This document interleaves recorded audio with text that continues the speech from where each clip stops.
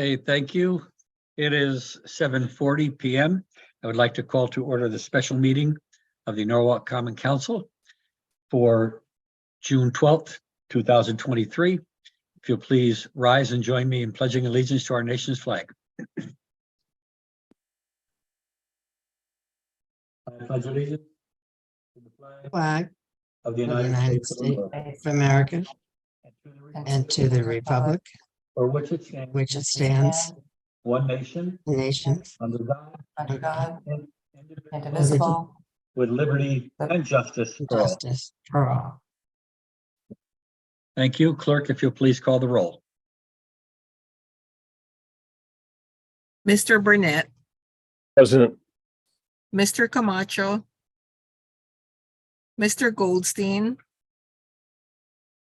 Ms. Najolski Eichner, present. Ms. Smith, Here. Ms. Ayers, Present. Mr. Uvelman, Present.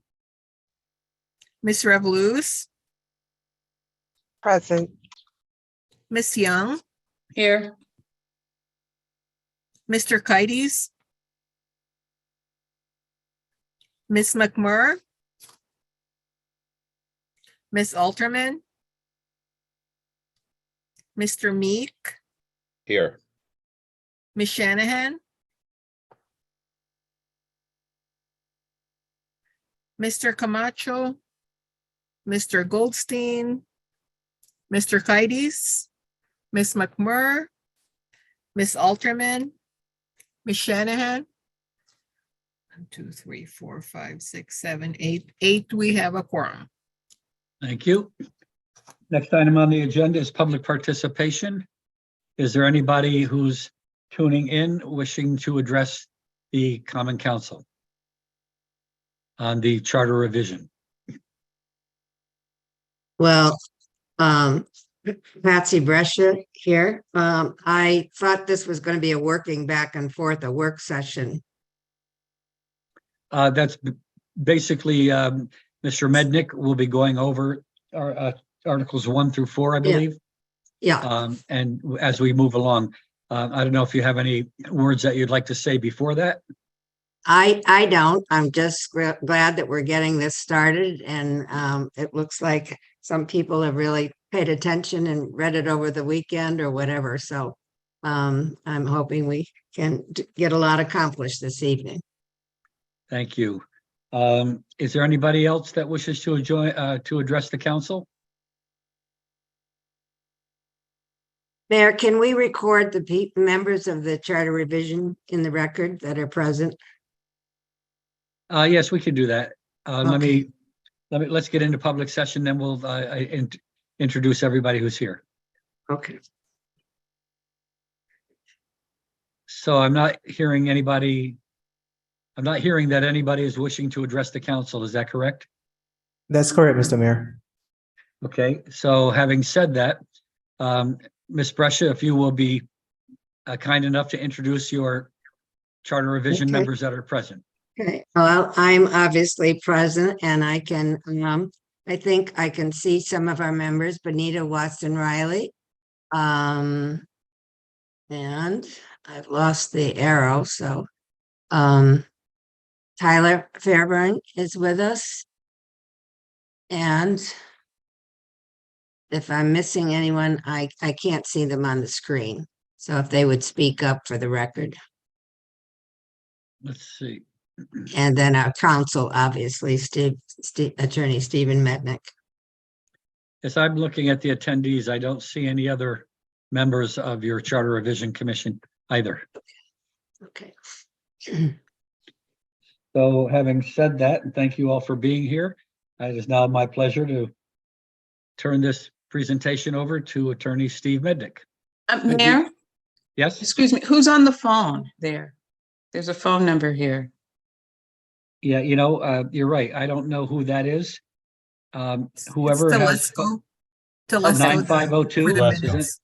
That's it, Telesco? Okay, Yeah, minutes for the minutes. thank All you. right, so thank you, Darlene, Ms. Young. We will now turn this over to Attorney Steve Mednick. Thank you, Mayor. I'm glad it was not the NSA. Can I share, can I put something on the screen for everybody? So it'll give us a tool for walking through. And what I'm going to try to do, I'm not going to repeat everything our chair did so well last week, but I'm going to kind of walk through chapter by chapter. As you know, one of your colleagues did provide some comments, and I'll try to deal with those as we go through, and then leave it up to each of you to raise questions on each of the chapters, or each of the articles. Is that okay, Mayor? Yes, I think, let me see if I can share. I think I can. Let me get it up on the screen. Do you see the Norwalk Charter document? Yes. Good, yep, it's there. good. All right, so I'm going to walk through quickly. I'm going to go over some sections really quickly so that we don't get bogged down. Again, this starts off with the charge that you gave us on restructuring and reorganizing the charter, determining the relevance of the special acts that form the basis of the current charter. Again, our project was to reform the document. We were making changes on the edges. The real objective was to take a document from 110 years ago and try to make it a readable, workable document for 2023 and beyond. This starts off as Patsy mentioned last week, that with setting the context. I've never done that before in a charter, and it was an idea that the commission came up with to at least historically say, this is why we did it, this is what the charter does, this is what the charter is, and these are the functions that are laid out in the charter. I think it's a pretty useful opening for the document. And then the organization we talked about last week is part one is the main charter, the government of the city.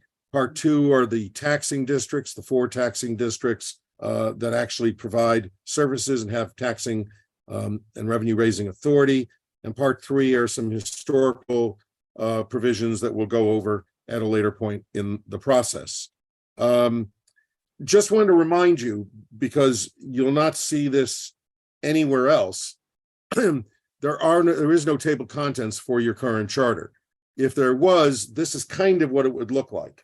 And it's in some order, but not real order, but you'll see that it just kind of lays out the all of the responsibilities, but some of them are laid out in different places. And there's no logical. Notice you will not even see the mayor in there. The mayor is somewhere in one of these sections under officers and employees.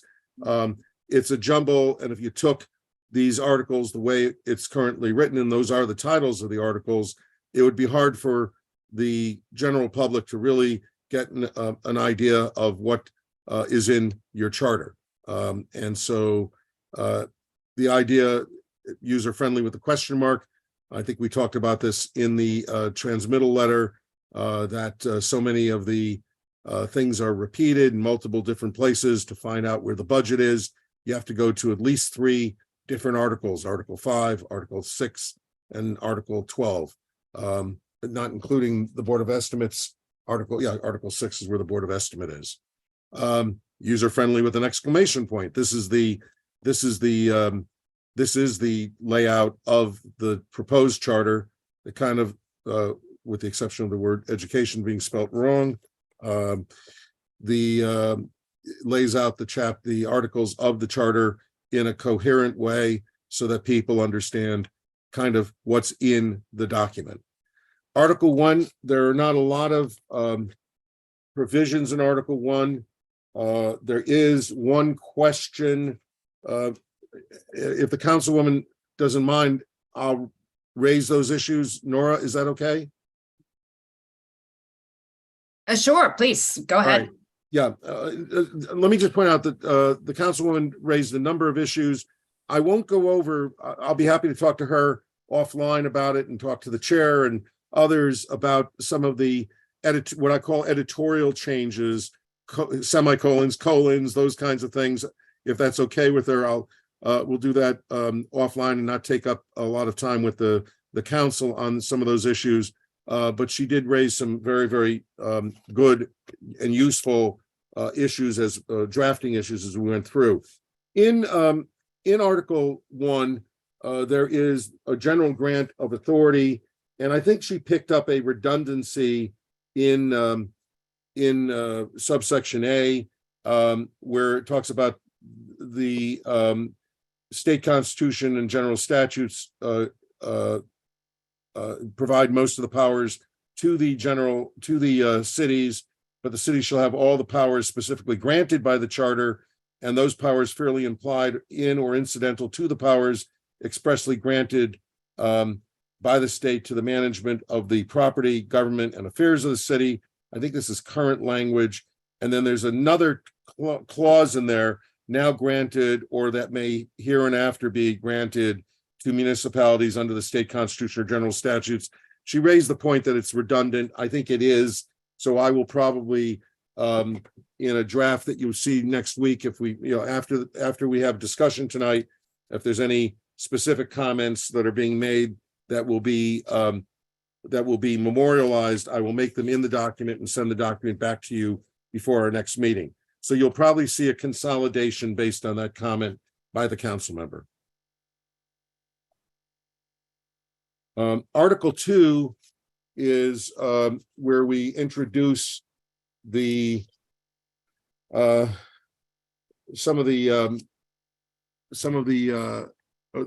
the members of the two common terms used in the charter. I'll go through some of the comments the council member made and then be happy to answer any questions that anybody else may have on the document. I'll go through alphabetically. Does everybody have their charter in front of them so that they can see what those definitions are? Or I'll put them up right up there on the board. Here they are. So I'm going to go through them alphabetically. The first question that was raised was whether the council is a board or commission. The answer is no, they are not a board or commission. They are the legislative body of the city. What I want to look at carefully based on the question that she raised was whether I need to further distinguish that in places where I use board or commission or establish standards for boards and commissions. For example, in this chapter, I will take a look at the issues on conduct, civility, and all that to make sure that the council is not excluded because they are not in the definition of board and commission. Does that go to your point? That's exactly. Thank you very much, Steve. That was All right. exactly what I was asking. Okay, good. I will make sure that is taken care of. It's a very good observation. Under the definition of budgeted entity, I didn't think it was necessary, but the question was raised whether we need to define authority. The only reason I use authority in the definition is it's currently used in your charter. Do most authorities, and I might want to talk to the Corporation Council about this. I wasn't going to juggle around with it to see whether or not, do you have a housing authority in Norwalk? You do? We do. All right. Yeah, it's yeah. federal. It's federally funded, but it's created, Right. it's a municipal entity created by the municipality Yes. to Yeah, perform. we that also have a service. parking authority and a water control authority. Yeah, and in many communities, the charter does govern the broad parameters of how those authorities conduct themselves. So I've always left the definitions in there. I don't know what people think around the table. I don't have strong feelings about it. Maybe the councilwoman could, explain why she thinks it needs to be defined. I mean, I really was asking just, we have so carefully defined now in ways that I very much appreciate and agree with. We've so carefully defined all of these other terms. And I just didn't know if there's I don't know if there's any need to, or if there's any sort of reason that we would or wouldn't, but it just struck me that it struck me as a notable lowercase when virtually everything else in there is defined. And so I don't know if there's any reason we need to. If we don't, then we don't need to spend time on it. Yeah, I don't have strong feelings. How does anybody else feel? I'll talk to the Corp Council also. If the office thinks that we should define it because we want to make it clear, and I think this does make it clear that the charter applies to those authorities, then it probably makes sense to have it defined. So I'll leave that as an open as an open Steve, this is question. David Hubelman. Aren't authorities defined statutorily in the Connecticut General Statutes? Well, that you have different authorities that are created and where we have underlying enabling legislation allows us to create the authorities. Whether there's a standard definition, I do not know. I'll take a look at that. I think it's But, important in some way. I agree with my colleague, Ms. Najelski-Eichner, that we may need a definition in there because we create them through a statutory, grant. So Happy to do it. To All me, right. it's an easy thing to do. I'm more than happy to do it. thank you. So let's just do that. This is Patsy. We did briefly ask a similar question during this section, and I think the very fact that we're talking about it implies that we really need to define it. So I think that was a good point. Absolutely. Thank you. The next question comes up. There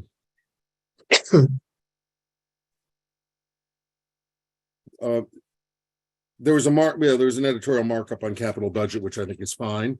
Under the term capital budget items, there's a clause in the middle of the definition that the council member wants to have deleted.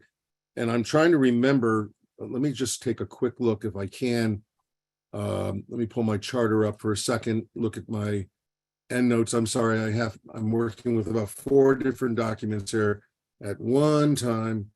I just want to make sure that I don't misspeak.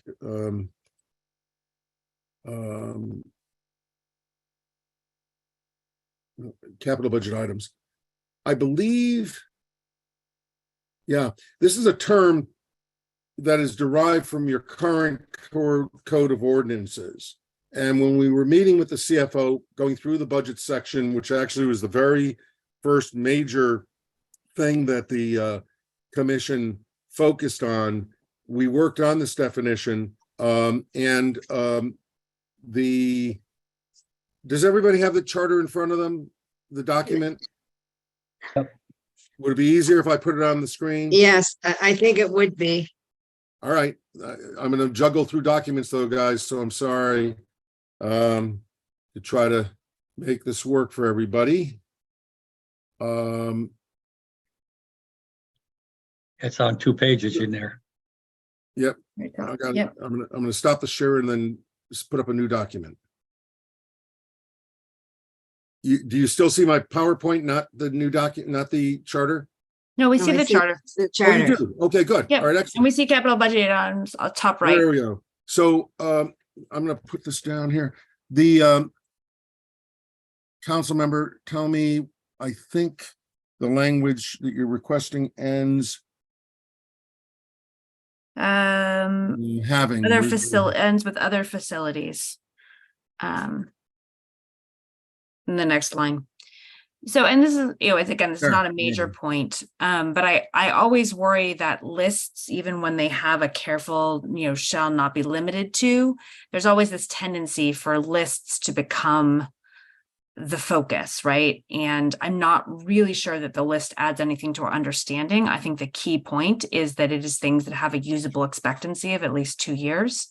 So my instinct is always to take out a list when the list isn't necessary, if it has the risk of people sort of or narrowing people's understanding, but it's a minor point. How does everybody feel about that? This is language from your current ordinance, so I'm not saying that it's written stone because we're working with your stone right now and changing it, so we can do that. The other thing you can always do is, as long as the basic definition serves your purposes, if you need to enhance your definition consistent with this, that's what ordinances are for. Is you could always take the ordinances to further define what a capital budget item is. So I have no quarrel with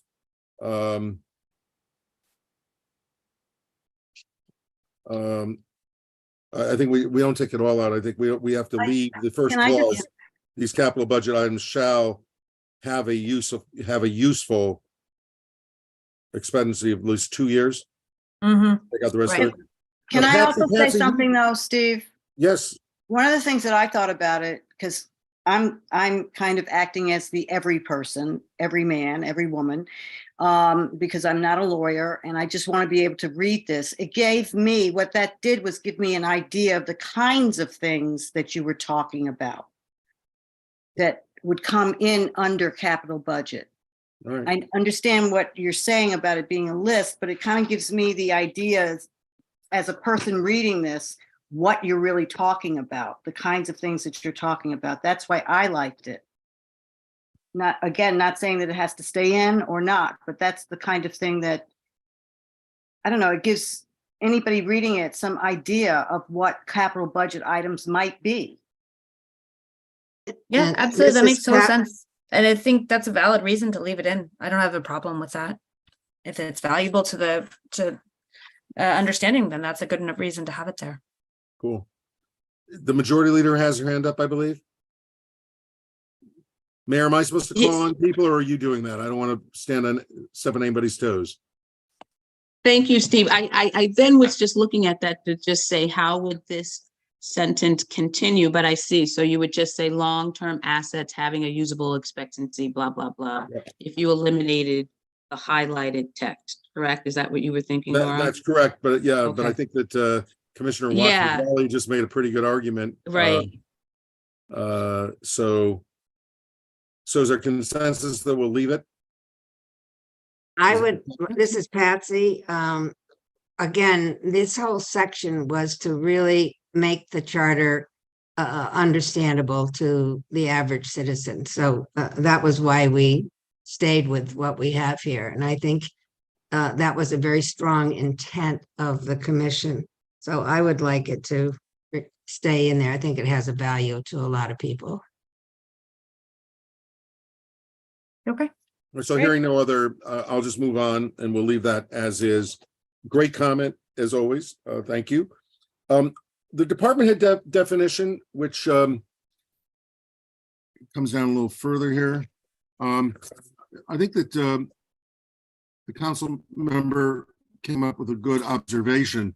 I've never liked that term. I've used it. It's been used in other charters.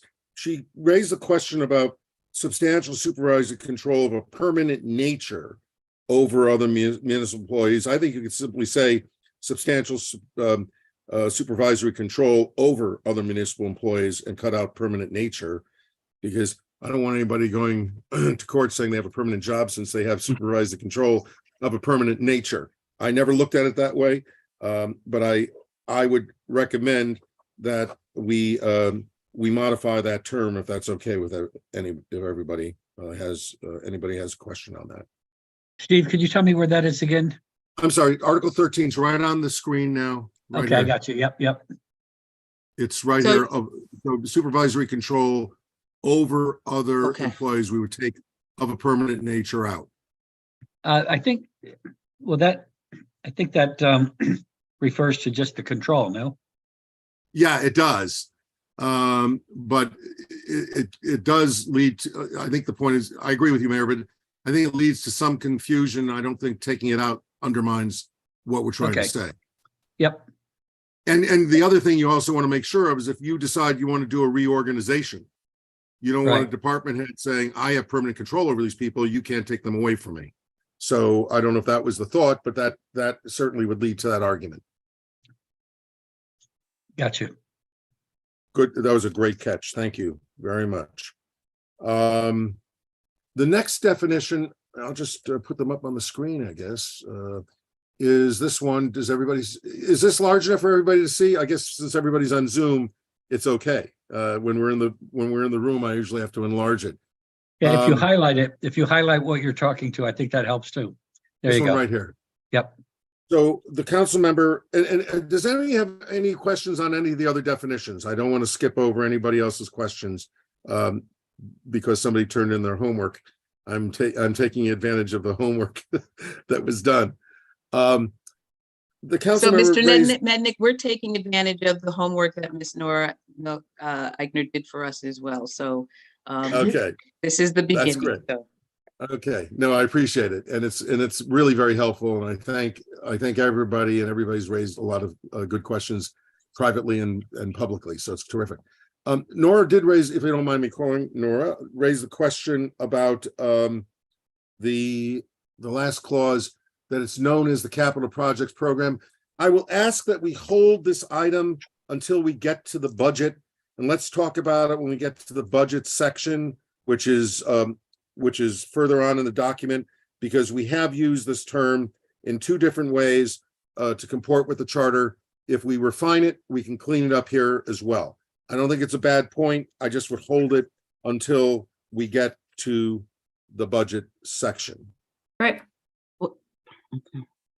which won't be tonight. So, question? Yeah, can I ask though, Nor, what about that do you have concerns with? Is it capital Oh, projects again, I program? think just as an instinctive sort of best practice, and very much not having yet read the budget sections, and I very much defer for that reason. But if you have two different names for what is the same thing, that strikes me as having the possibility of creating confusion. And I think, I'm assuming to Steve's point, part of what he's trying to tightrope here is terminology that is pre-existing. And so I totally understand that, but it's just something I want to flag. And I'm happy to And I don't have a discuss problem the changing, budget. yeah, and going through it, but I'd also would probably want to talk to the CFO. Patsy, I have some recollection that he wanted both terms in here. Yeah, I believe that he did. Yes. This goes back to our December, January timeframe. And so a long time ago in the history of this charter revision, but that's the other reason I want to look at it as well. So, so the next issue came up Well, in the because one has nothing to do with the other. Budget has nothing to do with what's actually spent. That's I would guarantee that's the CFO's basis. That may be true. Yeah, that could be the rationale. So I just want to hold on that one. I don't think that I think we just need to take a look at that. Then the question on notice, meeting or hearing notice, should this align with public notice A through D requirements?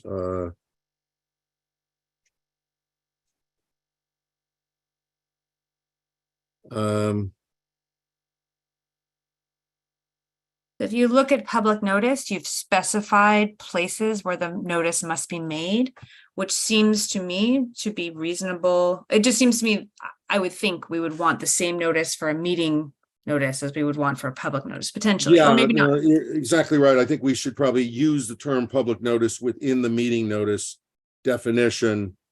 So we're not repeating things between the two or confusing them. Let me try Right. to line those sections. That makes sense. Thank you. Steve, think- is it possible to get one page on the screen instead of two? Let's see, hold on. I may have to Part of mine's enlarge. cut off. I may have to enlarge.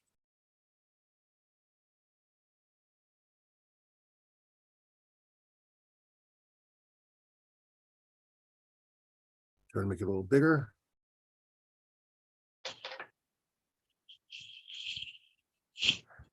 Was that better? I think so. I don't know what anybody else thinks, but Much better. Cool. All right. Yeah. So what I will do is I'll take a look at the definition.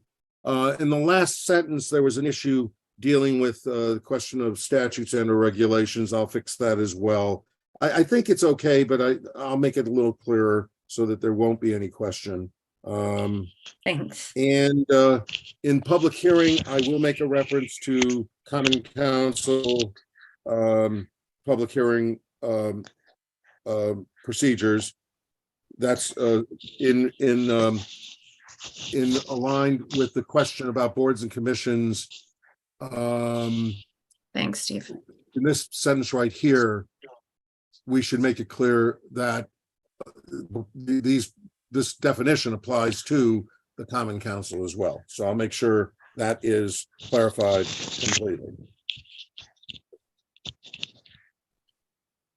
referendum saying here, the budget is set forth. There's a question on the referendum.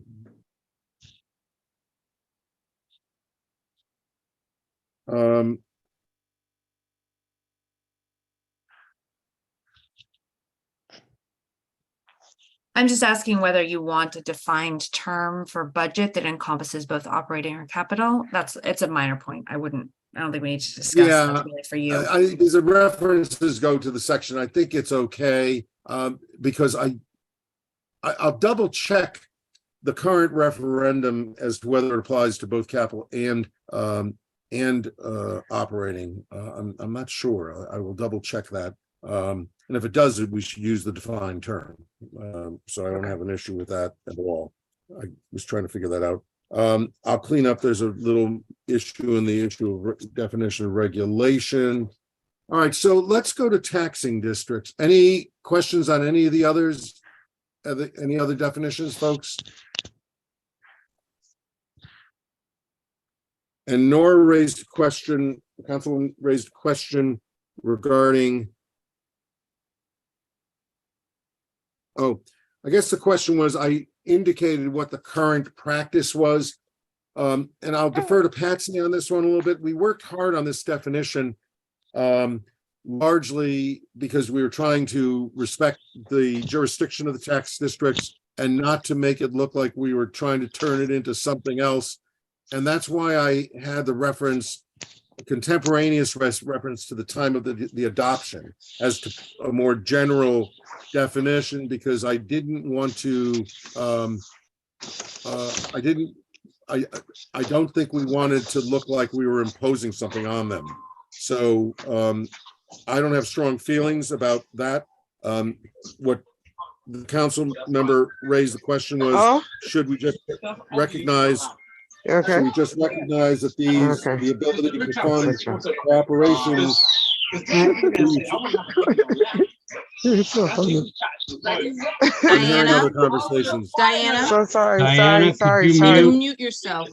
sorry. You were in my pocket. It sounds like they're having a good time. Just to make the general reference and not have the contemporaneous indication of where they are right now. Part of it was we do expect that within 2 years, if you approve this and the public approves it, there will be another charter revision. We, in Patsy's transmittal letter, made it very clear that we think they really should participate.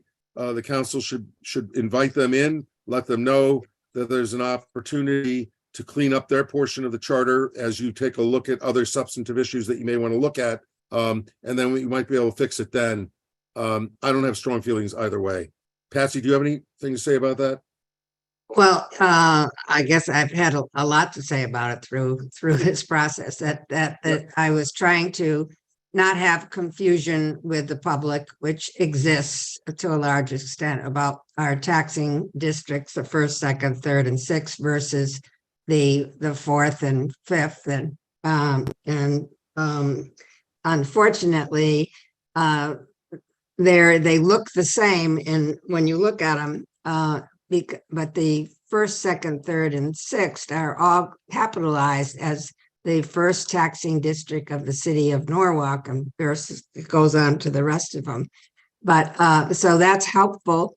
But the general public and a couple of our commissioners who have not been in Norwalk for a long time were totally confused by the language used, and we searched very hard to find something to explain it and to assure the first, second, third, and sixth that they need to start an action to modernize their charter, their parts of this charter as well. So that was the reason we did this.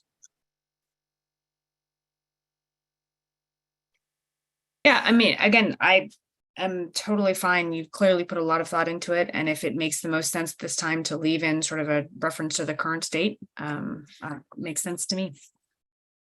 Okay. The next issue was in the definition of vacancy. You wanted us to try to align it with the mayoral succession, the filling of vacancies. Let's see. Yeah, Because the vacancy section in 3-6 kind of goes to the mechanics of filling the vacancy. Oh, I but see. there's also a You fair have these amount. definitions and those when the mayor, in the office of mayor. I see. Right, and it gets rather specific about the different vacancies, and we then make reference later to the vacancies, you know, as they're sort of enumerated there. And I just think the beauty of what you've done with the definition sections, I just felt like this was one more thing that could be moved into definitions and clean up yet further. It's 3-6A. Yeah, I'm looking at it right now. Yeah, All right, so let me look at that and see if I can make that work.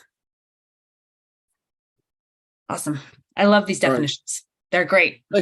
Thank you. So it's gonna make the whole thing so much easier to read. Well, we worked hard on it, and I think it's going to be good for not only you on the council, but it'll be very good for the public to be able to take a look at this and really understand it. So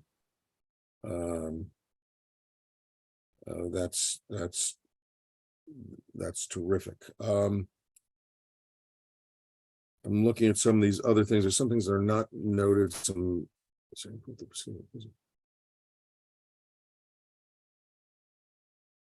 Nora, you took out some language you proposed taking out language in 2-3A. Let me go to it. Yep, and again, this is so nothing I felt very strongly about, but just it felt duplicative to me. And I know that one of our goals was to get words out, and this, yes, this sentence felt to me like, well, first of all, I don't know about seeking to articulate. It felt a little wishy-washy. And I actually think this is something we've done and done well. And I thought that the sentences before and after fully conveyed our point. So it's a minor issue, just a few words we might save, or not if people feel strongly about the language. Anybody else have any thoughts on it?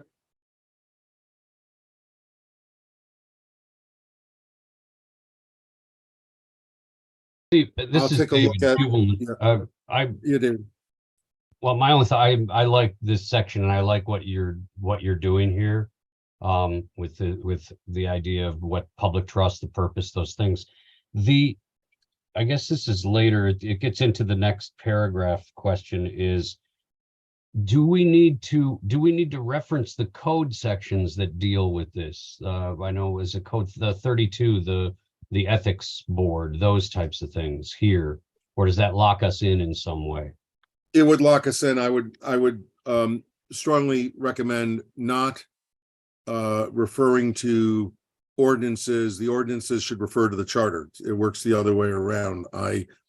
This simply mandates something you've already done. It mandates the creation of an ethics ordinance so that some future council and mayor that really don't care about those things, not that would ever happen in Norwalk, try to get rid of an ethics ordinance. This mandates that there shall be an ethics ordinance and lays out the standards and recusal and all that in the charter. So we don't need to reference it.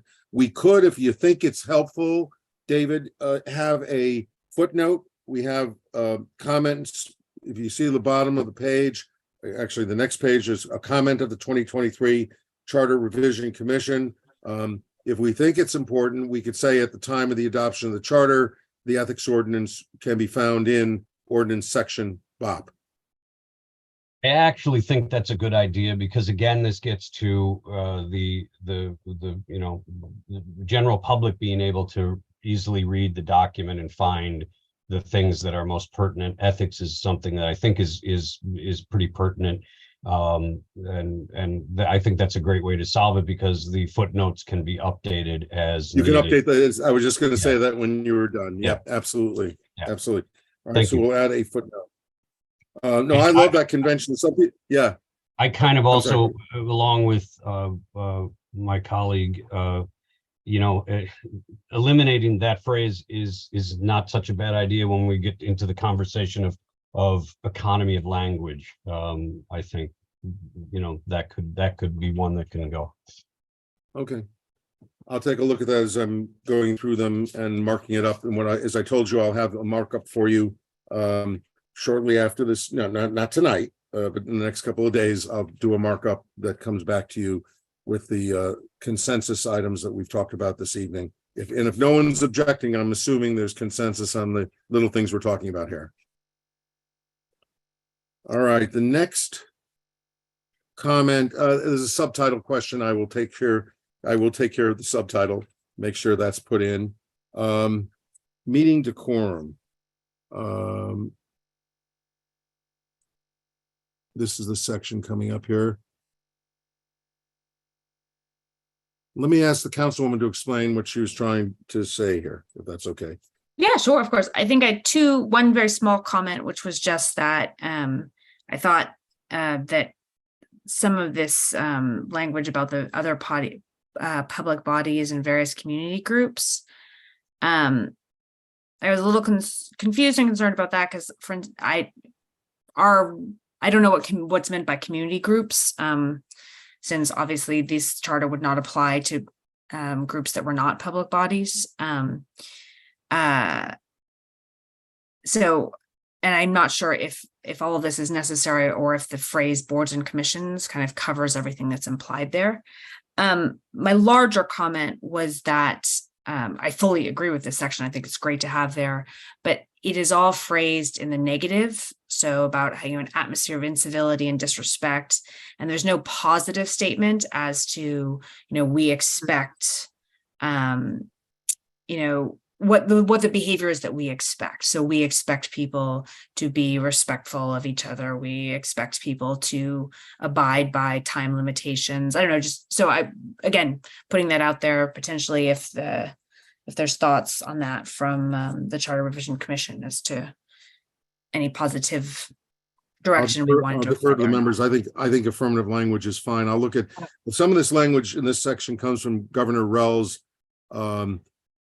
Institute on Ethical Conduct, by the way. It's a really amazing initiative that the former governor has taken on herself. And so, but I'll defer to Patsy and the other commissioners. Yeah, but I really like I like positive language. Yeah. All right. All right, I'll try not to be so grumpy next time. Affirmative language. All right, we'll fix that. Steve, I have a question. I want to jump you back a minute. I just saw a note that I wrote. Okay. I'm curious, going back up to the section where you were at recusal and violation. This is a new section, correct? If I look Yes. at your end notes, this is new. So a recusal, a public official or employee, does a recusal have to file a disclosure with the town clerk? If a council member needs to recuse from a vote, does that imply they have to file something with the town clerk? The recusal, this is more of a written recusal for public officials. I think on the council, we might be able to state something to the effect or make it clear on the record. I think Yeah. I bring it up because it's confusing, because we do have members who have, and this happens on boards and commissions as well, who may have some interest in a vote that has come before them and they recuse themselves. Does that need to be registered or filed a disclosure of some kind with the town clerk, or is being on the record enough? I'm curious about the implication of that in this section when we're talking about ethics. Yeah, I have to take a look and see where I took this from, what other charter. It might have been from one of my charters where you actually have conflict of interest filings that have to be filed. Do you have that under your ethics code? Do you have to file annually conflict of interest forms? No. Yeah, I think this assumes that. I think that what we need to do is I'll try to come up with language that addresses specifics, so that if you're on a board or commission or the council, you have to state your recusal clearly on the record of any proceedings as those proceedings arise. If you're an employee, you should file probably some kind of written recusal with the town clerk. I think that makes sense especially since you don't have a standard. So I will play with that language. I just think, yeah, we need to make some clarity in that It's area. When I a read very it, good I was- catch. Thank you. Thank you, David. I'm really happy that I have a city council, the common council is actually reading the charter. Where We're does really the, happy to have a charter to read, a readable charter to read. Yeah. Well, the we, good yeah. thing is you have a couple of lawyers here who really know how to read this kind of Well, document. I know I'm Hard. feeling very, I'm second guessing myself all night here. But it's, no, I think it's a wonderful thing. And I just want to tell my commissioners, this is not a bad thing. This is a good thing, that we have people really reading it, because this will make it a better document in the end. And that's what we're achieving. Well, speaking Oh, for and- the commission, we feel the same. We want this to pass, and we want it to be really useful, and we want to be proud of it. So any of these catches are a very good thing for us Yeah. to that end. Yeah, no, I think this is wonderful. And very, Uh, very and- much appreciated. Well, and what Uh, I said to Steve in my transmittal or in my email sending this, this is an extraordinary piece of work. I don't want any of this, any of these catches to suggest that it is not. I cannot believe the amount that you all have changed this, have made this better, have made it coherent. The enormity of the task here, it's incredibly impressive, and the fact that, quite frankly, any of it sort of functions is really quite a testament to the amount of time that you put in. So very much, I think it's the opposite. I was incredibly thrilled with how few kind of questions I had going through this, because honestly, given what you were starting with, this is extraordinary. Well, thank you on behalf of the commission, but you gave me a great commission. It was just a outstanding group of people. I work with a lot of commissions around the state. I've been very, very lucky with this commission. I don't want any of my other commissions that are listening to this to have any feelings that I prefer one over the other. But this has just been an outstanding commission. So thank you for that. I don't know if it was filed with the town clerk, but we did sign off NDAs on the community development block grant. I don't know if that gets filed with town clerk. Maybe that's something that fits in there. I think that's because it's federal. Those are Thanks. federal grants, so we have to do that through the RDA. Thanks, David. Yeah, and you should look at your code of ethics and decide where you want to go. This was not, there were just a few standards that really are laid out here, but you have a lot of flexibility with your code of ethics when it comes right down to it. Let's see what the next changes are that are not editorial. There's some duplicative language. We'll take care of that. One of the points that the council member made is in this section, and I think we kind of explained this a little bit. And I'll fix it. She actually had better use of my definitions than I did in looking at this section. So I'm really glad that she read my definitions and used them. But let me explain we talked about this a little bit last week, but the cooperation clauses, I have found that they have become useful in a lot of communities, really give you as a legislative body, give the mayor as the chief executive, give the citizens an ability to point to a section of the charter that says you are supposed to do this. You're supposed to cooperate. You're supposed to work together. And I just think the more defined that is, the better off we are. And so she actually made a couple of really good changes there, or is recommending some good changes, which you'll see when I send the document back to you next week or later this week. So, and I think my only question, and I fully agree, I think these are great clauses. I'm very excited to have them in there. I think my only question was whether,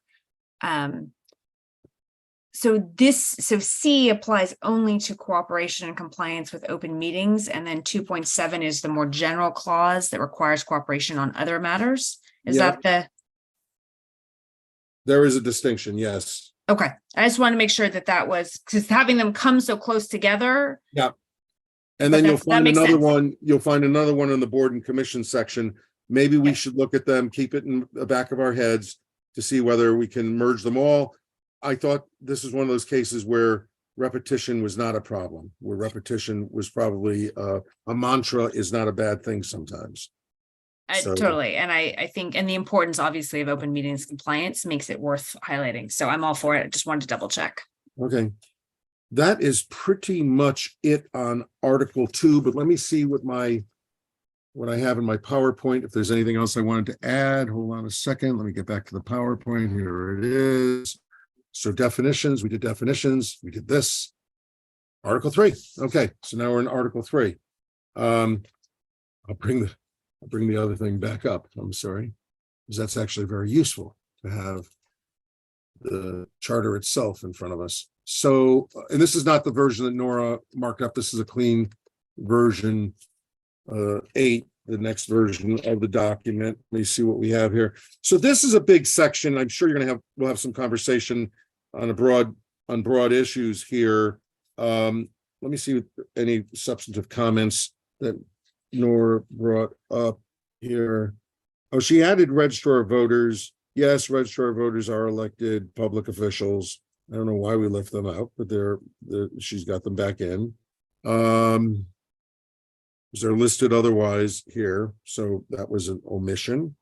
Oh, the definition of executive level appointees.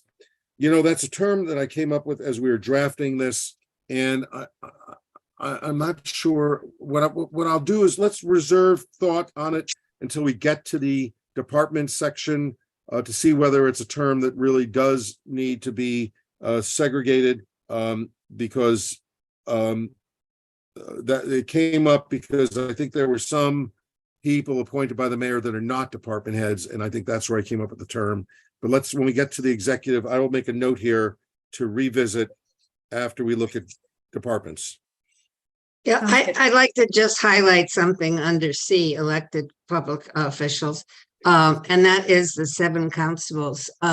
We had a lot of comments on whether we should make any changes there. And I've received several more after recently. The concern being that the ballot, the number of spots on the ballot requires that you turn over the ballot to vote. And that is, many people think that's very confusing. And there has been one suggestion in order to change that would be to reduce the number of constables. And I'm just throwing that out to you for information, and we can think of what we want to do about that, what you would like to do.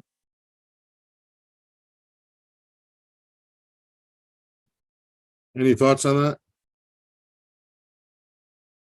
Well, I'd be curious, since I know you said you all interviewed them and found that they did serve, do still have an important role to serve.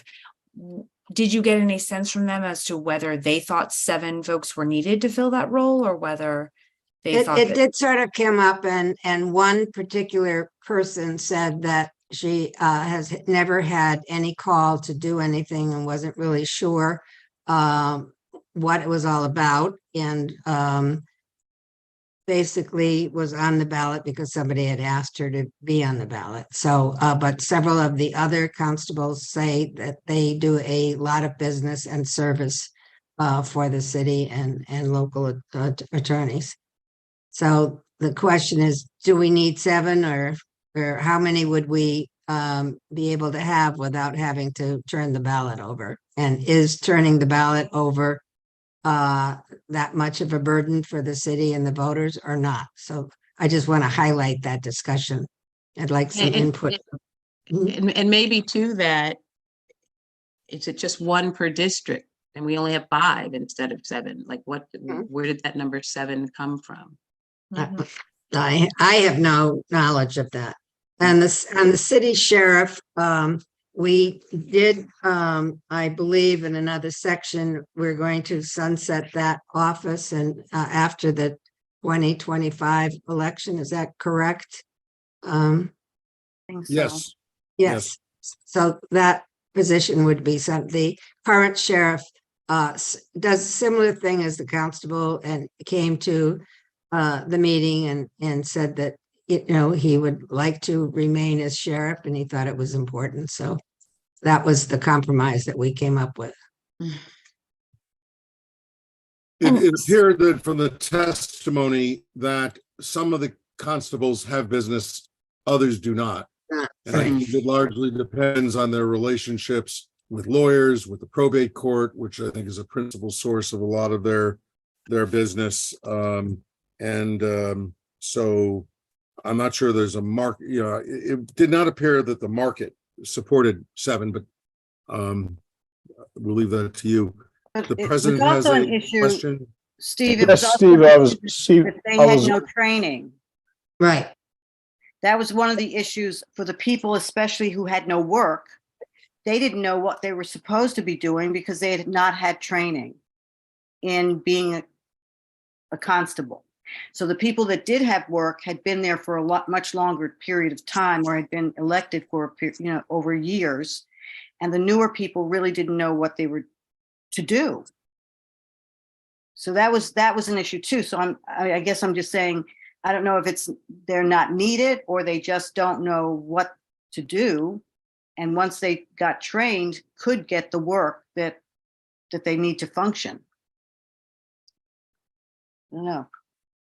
I believe the president had a question. yes, thank you, Steve. The question I direct to yourself is, do you have any guidance based upon experience with other towns or cities in terms of do they have the constable role or similar function? And if they do, how do they distribute that responsibility across their cities? Many of my communities do not have constables any longer. Fairfield last year in the failed charter tried to get rid of they were trying to turn the constables from elected to appointed officials because it was determined that about the only source of their work was probate court, and the probate court thought they didn't need more than 3 or 4 of them, and I think they had 7, if I'm not mistaken, as well. But for the constables that have business, they find it a useful public position to hold. And I'm not saying that in any derisive way. One of the things I thought about, and I think we talked about a little bit, and Benita referred to it a moment ago, is training is something. And I don't want the Corporation Council to despise me for raising this. Is this something that the Corporation Council should take responsibility for? Are there papers the constables can be serving on behalf of the municipality? I think we found that there was very little of that. Patsy can correct me if I'm wrong. I don't think the sheriff was getting any work from the city because the city could be a source of work for the constables and the sheriff. So I think the commission was in a quandary when it came down to it, and ultimately left it status quo. But it would be hard to argue that these are 7 very busy public servants. And then the other issue I had with regard to all of them, and we could look into this issue a little bit more, is liability. If a constable gets into trouble, if the constable trespasses, goes into a property that he or she should not be entering, are we dealing with the full faith and credit of the municipality, of the city, by virtue of having them out there, especially if they're untrained, to Benita's point one more time. So I think there was a unanswered questions, and you can't deal with every issue as substantially as you'd like to. I think that's probably the reason Patsy raised it tonight. Yeah, I just wanted to educate you folks to what we had discussed. And then the question is, where did this come from that you can only vote for 4 out of the 7? That's in the current charter. I know, but what's the rationale for that is basically what I'm asking. And we never figured that out. Probably has to do with minority party representation is my guess. I don't know. Because a lot of provisions, when they have something like that, it says that each party can nominate no more than whatever it is, no more than 4 or something like that. So that's usually the end of that kind of section. We didn't change that for these purposes. So that's a question for the council to think about. Right, Patsy? I think that's why. Yes, yep, raising I'd like the- input. Yeah, Yeah, so we don't need to have it resolved tonight, but why don't you think about it? We're not going to resolve every issue in this section this evening. And did I see David's hand up a moment ago? Or did we get that? Was that on the last? You did. I'm torn on this issue and trying to figure out sort of what I feel. I think Benita's comment is pretty important, that if we're not training someone to do something that they've been elected to do, which then gets into what you said, Steve, which is, a liability issue. I sort of like the suggestion of one, maybe we sunset it down to one per district.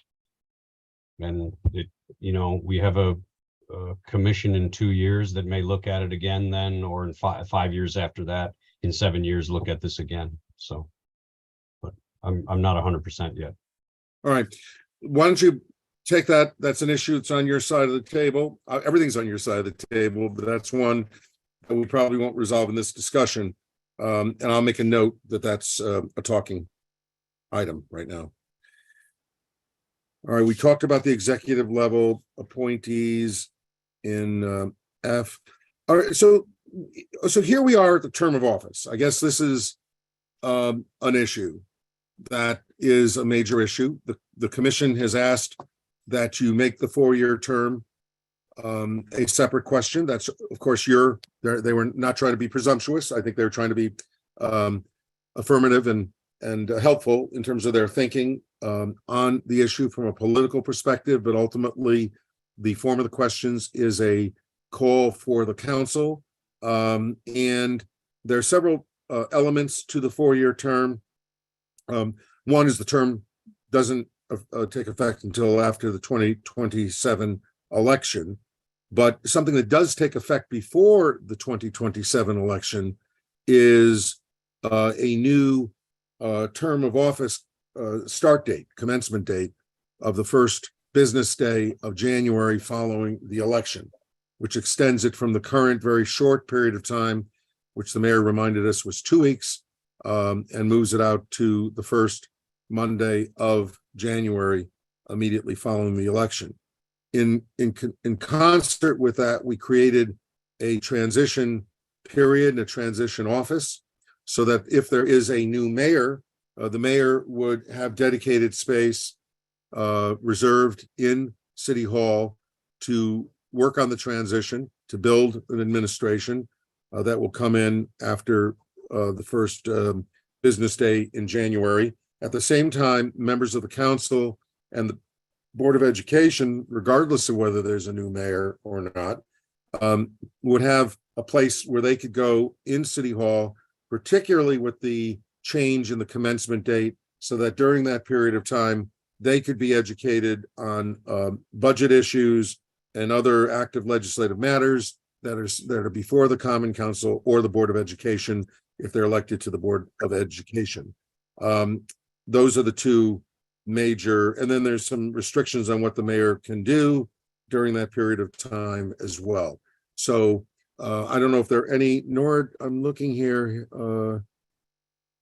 My only question was just, I'm not totally sure why 3 is separate from 1, unless they actually, they already start in January now, and it's not No, changing. because they're in different election years. The registrars are elected in the even numbered years. Ah, okay, All right, that's why they're separate. great, that makes sense. Okay, Okay. thanks. Thank you. Anybody have any comments, any question? Councilmember Ayers. Thank you. And I might be reading into this too much or not fully understanding. But with this transitioning time, moving it to January, that is right. And I know you were not in the budget section, but our budget cycle starts way before January. So I know you said about allocating space in City Hall for someone to catch up, but who would orchestrate that? That was number one. Number two, I think we do our first round, our first budget discussions in February. You really do need more than 30 days to really, the budget book is over 300 pages. So you need a substantial amount of time to not only get through that information, but digest it so that you're able to even form a question or look at something. So my concern is that January start date, because you're coming already in the middle of the budget season. Could it be possible to make it a December start date? That's at least giving people a little bit more time to process that information before you're being pulled into committee meetings, before you're being asked questions, before constituents are addressing their concerns. It at least gives you a little bit more time to digest that information. So up on the screen is a little chart that I created regarding these types of provisions. Let me speak from personal experience, if I might, because I sat not in your seats in Norwalk, but in a seat in New Haven for 10 years. So I was elected for a first time, like everybody else is elected for a first time at one point. In New Haven, historically, New Haven, as you see, is January 1st. They don't care whether it's a business day or not. They want to start on the New Year, the New Year's Day. And yeah, the budget process, the administration of the budget process could start as early as September. I think we have in our provision a joint budget hearing at the beginning of the process. Stanford is actually looking in the same way at a joint budget process early in the fall, which means that the lame duck members of your body would be part of that process.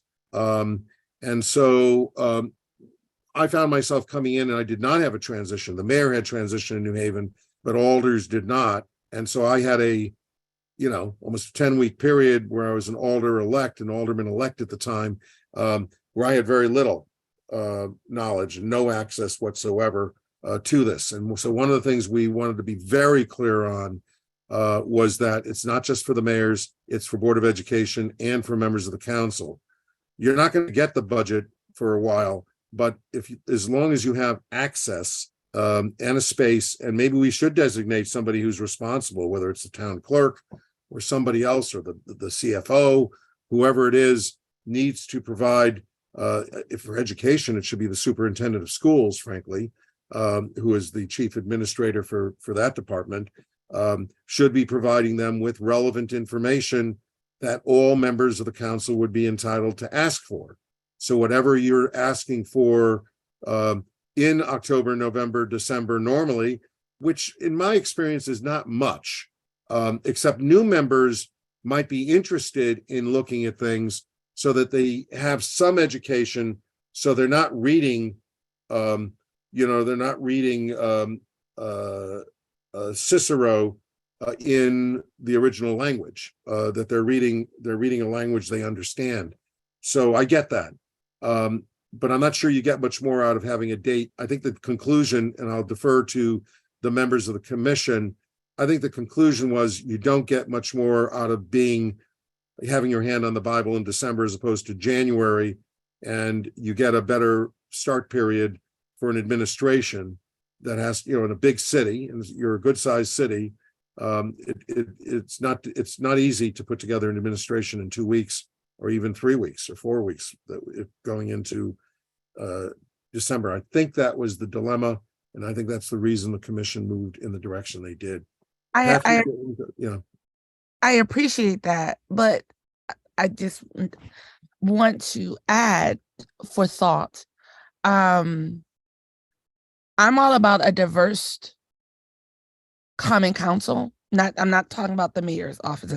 A diverse common council with people from multiple or different backgrounds and different educational levels and stuff, because I think we should be a representative body. So we should represent everybody in our thing. And so I think we should be cautious that everybody does not come to this table, this August body, with the same ability and skill set. That doesn't mean they won't get there. We just don't all start with the same ability and skill set. And so I do understand that you do have to start. And sometimes you started and you're running on your feet, you're learning on your feet. I think for the first 6 months I was messing up stuff, and I still mess up stuff. But I think that for me, and my colleagues will say what they want to say, that January start, it just doesn't. We get elected in November. I think we got sworn in like the second week of November. Why not December? Why not push it back just a little bit? Or maybe you could do on a tier. The mayor comes in at do something, and the common council does something else. I don't know why they have to simultaneously be together, or you could put them together. I don't know. But I think if you're thinking about people, just people with different abilities and backgrounds, that it would benefit people to maybe give them a little bit more cushion time. But I'll let others speak on the topic.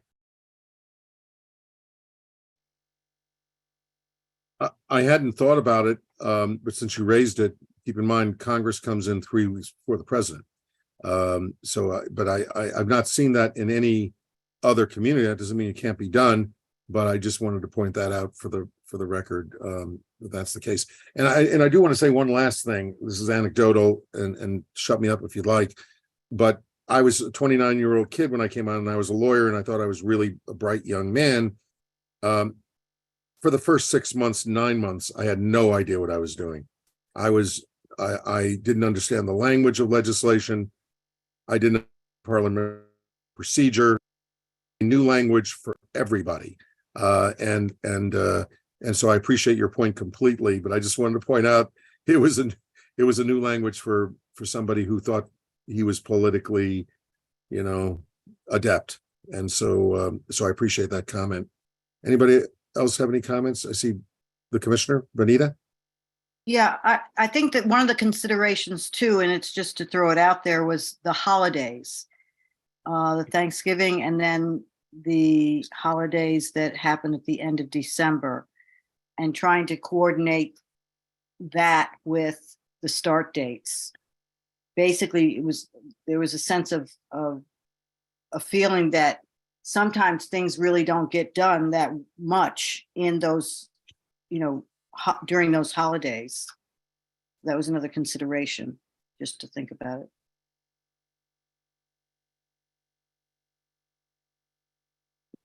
Madam Chair, Patsy. Yeah, I struggled with this recommendation. Having served on the council like 50 years ago, it's hard for me to remember what I thought in the beginning. I think I was very excited, but most of the comments that were made by staff and other professionals was the need to have the amount of time to put your staff together. But I had always thought in terms of the electors and what they expect. They vote somebody new in, they want to see them start doing the work that they were hoping that they would be able to do. So it's a tough call here in my personal feeling. And I was more in favor of the December time than the January. But that's what happened there. So it's just my personal input.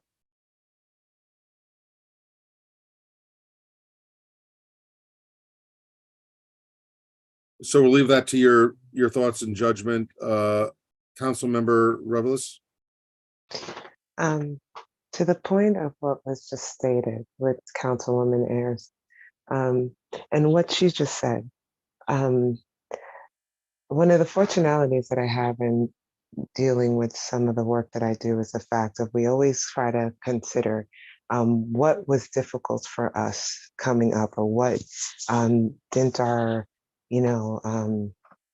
what did our elders not show us, or how can we make it more of an easier transition for children younger than us or people younger than us, right? So I'm just saying, with everything that was just said, and particularly with the misunderstanding of the first few years, first few months, so on, it's a shaky time. But I just wanted to back up and just say, whatever we can do to probably make that in learning what was hard for us and understanding our fumbles so that we just make it easier in a transition for someone new, depending on whatever background they come from, like there was stated, I think is kind of where Councilwoman Ayers is going, because I understand the story you're saying, but what could we do to make, even at your regard, you said you know, lawyer, and you thought you were savvy and still figuring it out. Like, what were the little things we could help say and do to make it that much easier for someone like myself, who never thought that politics would even be in her life? You know what I mean? So I just wanted to say that part, just because of what you just eloquently said, but like, how do we not make that such a struggle for the next person to come in 2025, for example? That's all. Thank you. Patsy, is your hand still up for a reason, or? No, I guess I just didn't undo me. So think about that section. We don't have to resolve it this evening. Should it be more robust? Should we have other players in there? Should we mention they have access to the CFO, access to the town clerk, whoever, or the city clerk is really the clerk of the council. You know, it says that the outgoing mayor needs to be helpful. Should we have other officials, the superintendent for the Board of Education? So think about those types of things, because we might be able to bolster that transition period with a very clear burden on the part of, and we do have the Corporation Council, chair of the Board of Education, president of the council, all need to be helpful. Should there be other officials listed there as well? Any comments on term of office?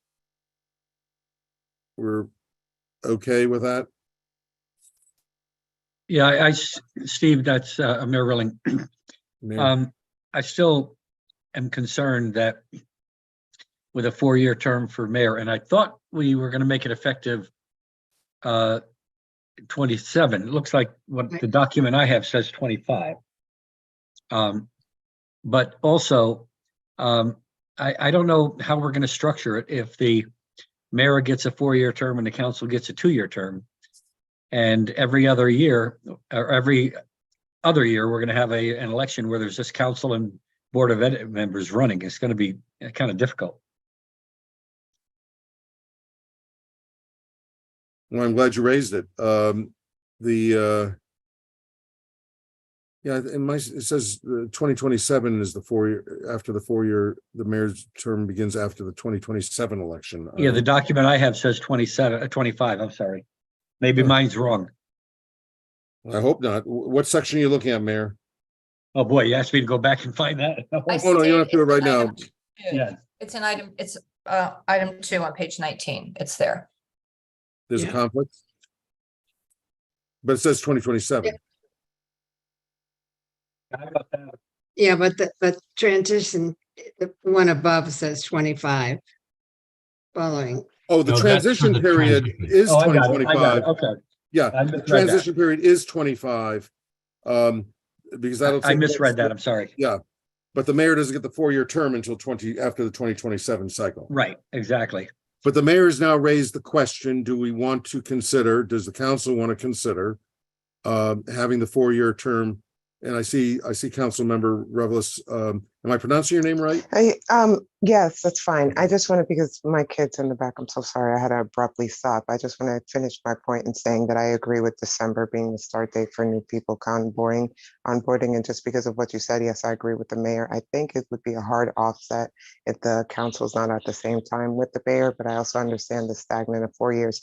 Being the fact that we just said with the onboarding or how to start a council group, I think it also takes a lot longer than just 2 years to figure out what you're doing and then having to get reelected as well. So getting the footing, the 6 years, just getting the footing, I think it makes more sense for both the mayor and the council to work on a 4-year span. But I just wanted to finish my my thought because my eldest just abruptly screamed behind and I didn't want to talk over that. But I just wanted to say that I agree with maybe going to a December. So thank you. I appreciate you taking me back on.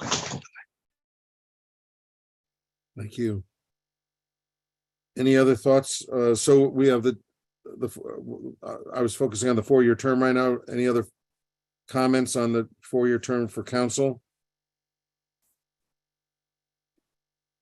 Is it something you want to think about, not act on tonight?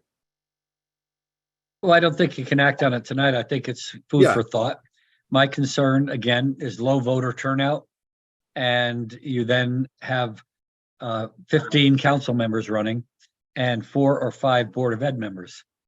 That's not usually enough to generate a big voter turnout. Mayor, do you want, let me tell you what happened in Hartford because of the low voter turnout there, and we're doing this in New Haven as well, where we're moving toward the 4-year term. The Board of Alders is now considering it.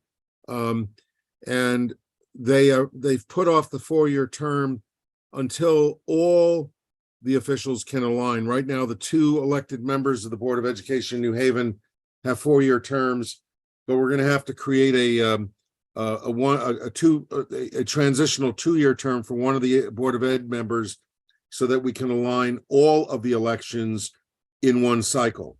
So Yeah, all that makes sense. the entire Board of Ed, the entire council, and the mayor all run on a 4-year term in one cycle. Yeah, that makes perfect sense. I know they talk about, well, the entire Board of Ed can be up for election if we did it that way. Entire Board of Ed up for election at the same time as the council, but it's they could all be replaced. But quite frankly, the entire council could be replaced in a 2-year election or in a 4-year election if the voters decided that's it. So there's always a risk of the entire body being replaced, and we actually have seen that happen. All right. So I just wanted to explain that I mean, you could do it any way you want, but I'm just telling you that's where New Haven is. Hartford's moved toward that because Hartford found in its experiment for the last 20 years having the Board of Ed on a different cycle they thought would generate enormous excitement and activity. And 20 years later, they've eliminated it and they're moving it into one cycle for all candidates. Well, yeah, the alignment that you mentioned makes perfect sense. Okay. But I'll defer to the council. And I see Council Member Smith has her hand up.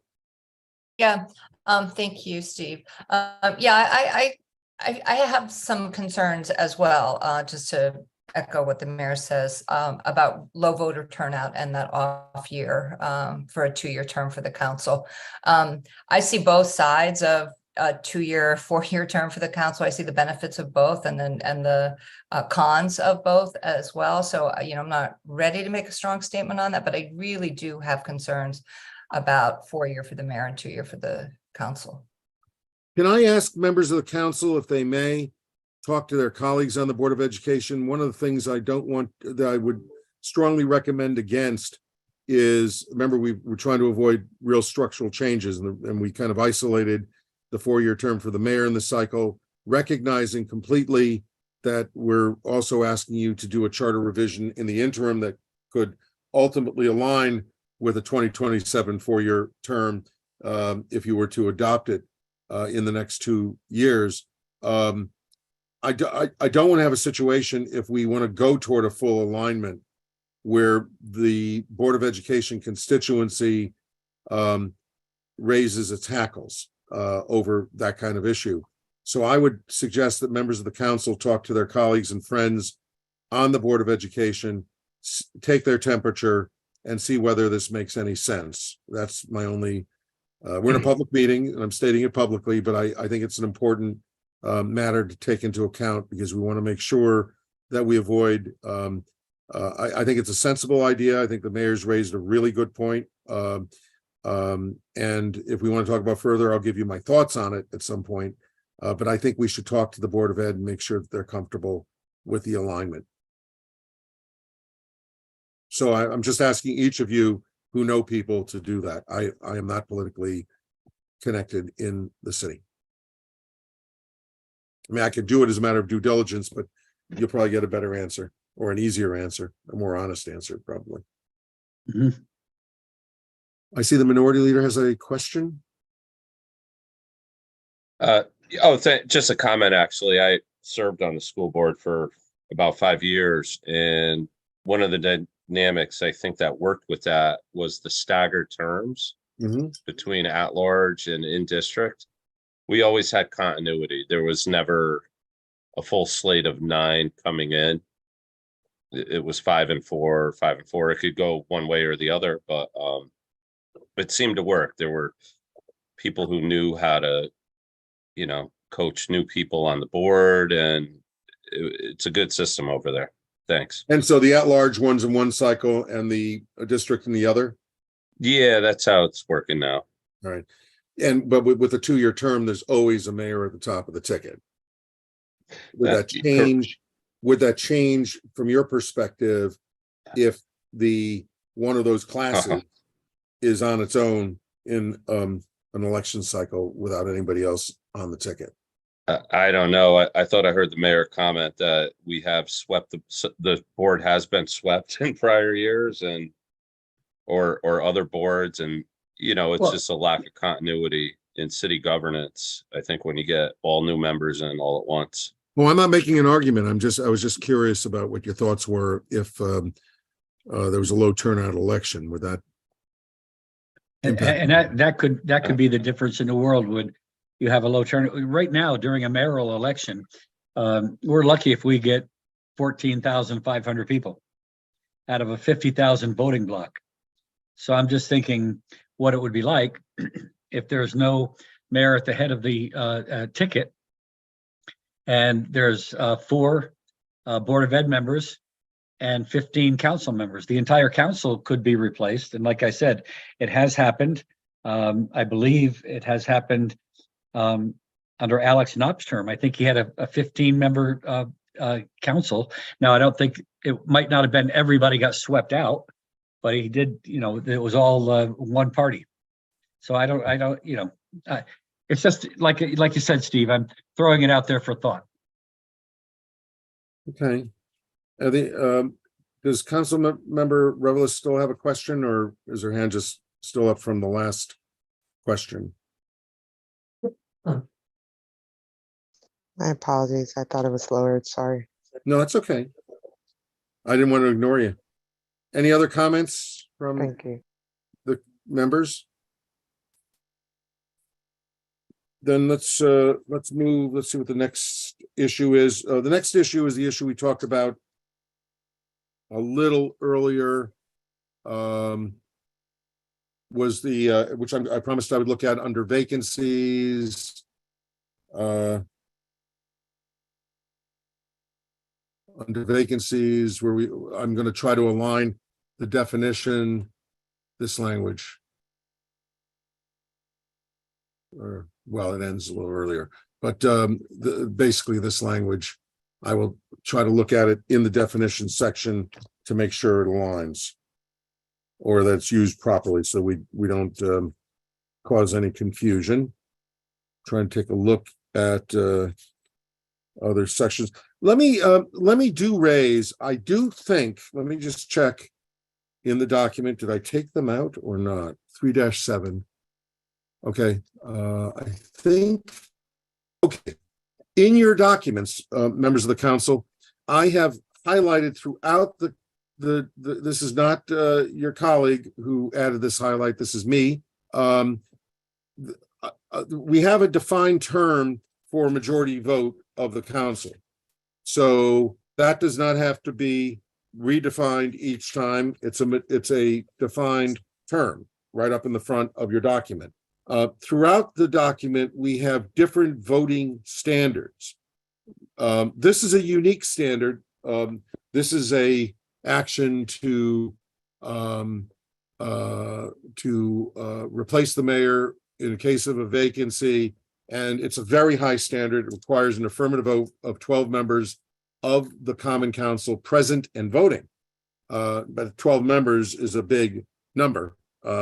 So if there's 2 members absent, it's 12 of 13. So it's a pretty substantial majority, and it should be a substantial majority if you're going to do something of this nature.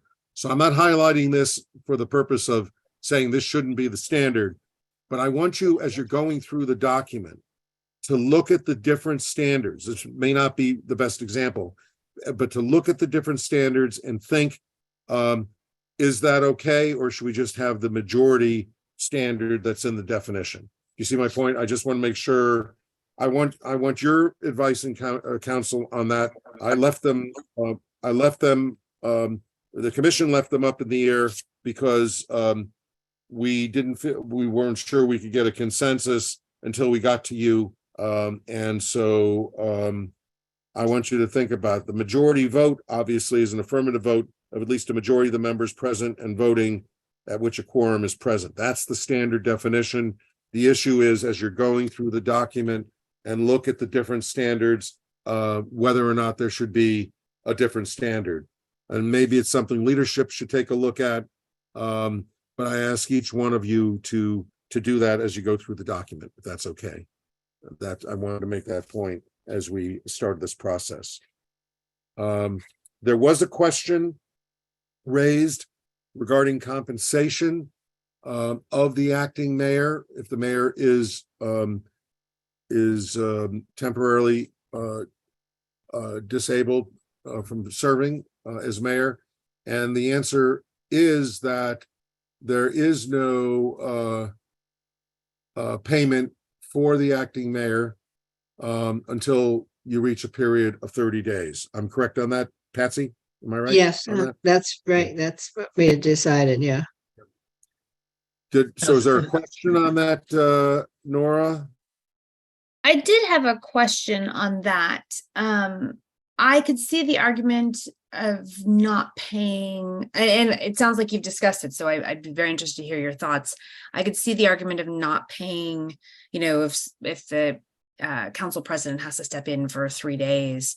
But, if you have to step in for even 2 weeks, either the council president is going to have to, take a temporary leave of absence from their current job. That goes from, something that is a volunteer position to being a full-time position. So 30 days felt like a long time to ask someone to take that role without pay, was my instinct. But it sounds like you all have discussed it. So if you had thoughts to the contrary. Does anybody from the commission want to talk about that? I don't recall a lengthy conversation on that point.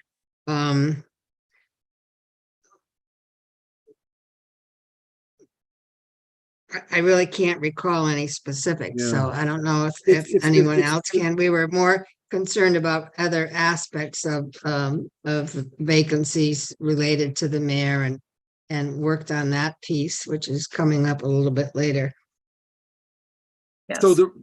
So my experience as a former president pro tem, in the line of succession for a mayor, I actually served as mayor for 3 or 4 days when back in the day in the 80s and 90s, when we didn't have the kind of communication we had. If the mayor was at a National League of Cities meeting in Denver, and the president of the board went with the mayor, I was the mayor. And although I usually like to go to those meetings myself, but and frankly, being mayor for that short period of time is not a meaningful position. In all the times I served as mayor, I'm not sure I ever set foot in the mayor's office. I think I almost gave the mayor's secretary a heart attack by writing a letter calling for the resignation of the school superintendent. And I told her to rip it up before she sent it out. But that was the most activity I spent. I think I had to sign some documents, but they brought them to my office. So I didn't have to go there. Now, if you have a more extended period where the mayor is truly incapable of, there's an incapacity. And in the modern world, going to a U.S. Conference of Mayors meeting should not be deemed an absence. If the mayor is able to talk to the chief of staff, and I think we define that as well, or the president of the council, the mayor is not absent. In the modern world, that is just not the same as it was 30 years ago or 25 years ago. So I think the sense was that the long-term, whether 30 days is the right time, whether 2 weeks is the right time, that I think is a judgment call. So, you know, the council has this before them, you can make a judgment. Councilmember Smith. Yeah, I think Nora brings up a really important point. You can't make an assumption that your council president is retired or unemployed or whatever. In fact, most everyone on this council is employed full time, and I think that 30 days is a long time to go without some kind of compensation if you're in a position of taking leave of absence, if indeed you can take a leave of absence from your job, right? But I think it's something really worth taking another look at. That's your it's in your court, so I think the commission would be open to any suggestions you Yep. you might have. So, Steve, Definitely. Yeah. Steve, if I could ask a question just for a point of information. So if the mayor is unable to perform or is removed from office for malfeasance or something, are you saying the council president serves until the next election? Or are you saying that, I thought according to state statute, there would be an interim election in order to fill the position, but I may be wrong. Yeah, I think the way this works, let me take a look at it. Is well, I mean, this is the temporary absence, so there would not be an election at this point. Right. It would be in case of a permanent situation. I think the president would serve until a special election is held. And if in that case, I don't believe that the 30 days applies. I'm taking a look at that. Or I'll take a look at that. I can't find it right now. Action by.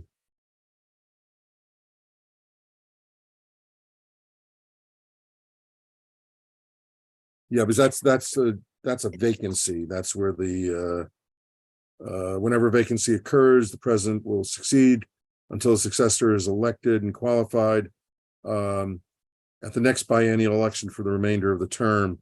So the way we're setting it up in the charter is they serve the successor, the president of the council succeeds until the next biennial election, so that if you're in the middle of the term, somebody would run for the remainder of the mayor's 4-year term, if there's a 4-year term. If it's a 2-year term, then they hold office until the end of the term. Yeah, because sometimes, as Barbara's pointed out, or Ms. Smith pointed out, that could be challenging because virtually everybody on the council is full-time employed. And if they are unable to say, well, I can't do it, then where would it go? You'd have to elect a new president. Okay. What would happen is, look, I think that when you have a very interesting cultural tradition of having these 1-year presidencies. You don't have presidents elected for the full term of your council. So it's a little different than Congress, legislature, or a lot of other city councils throughout the state, where the leadership is elected for the term. And so if you're running for council president, one of the things that you're knowledgeable of is that you may succeed into the seat of mayor. And, you know, so you have to make a judgment call. Is this something I want to do? And, you know, it doesn't happen often. I'm trying to think of when it's happened. I'm trying to think in my lifetime when I've seen this happen anywhere in Connecticut. But I think it happened in Bridgeport, but a long, long time ago. But I just can't remember a council president succeeding to the mayoralty. But that would be the mentality of it. You see it in the smaller towns where first select people leave, and they elect somebody from the board of selectmen to replace the first select person.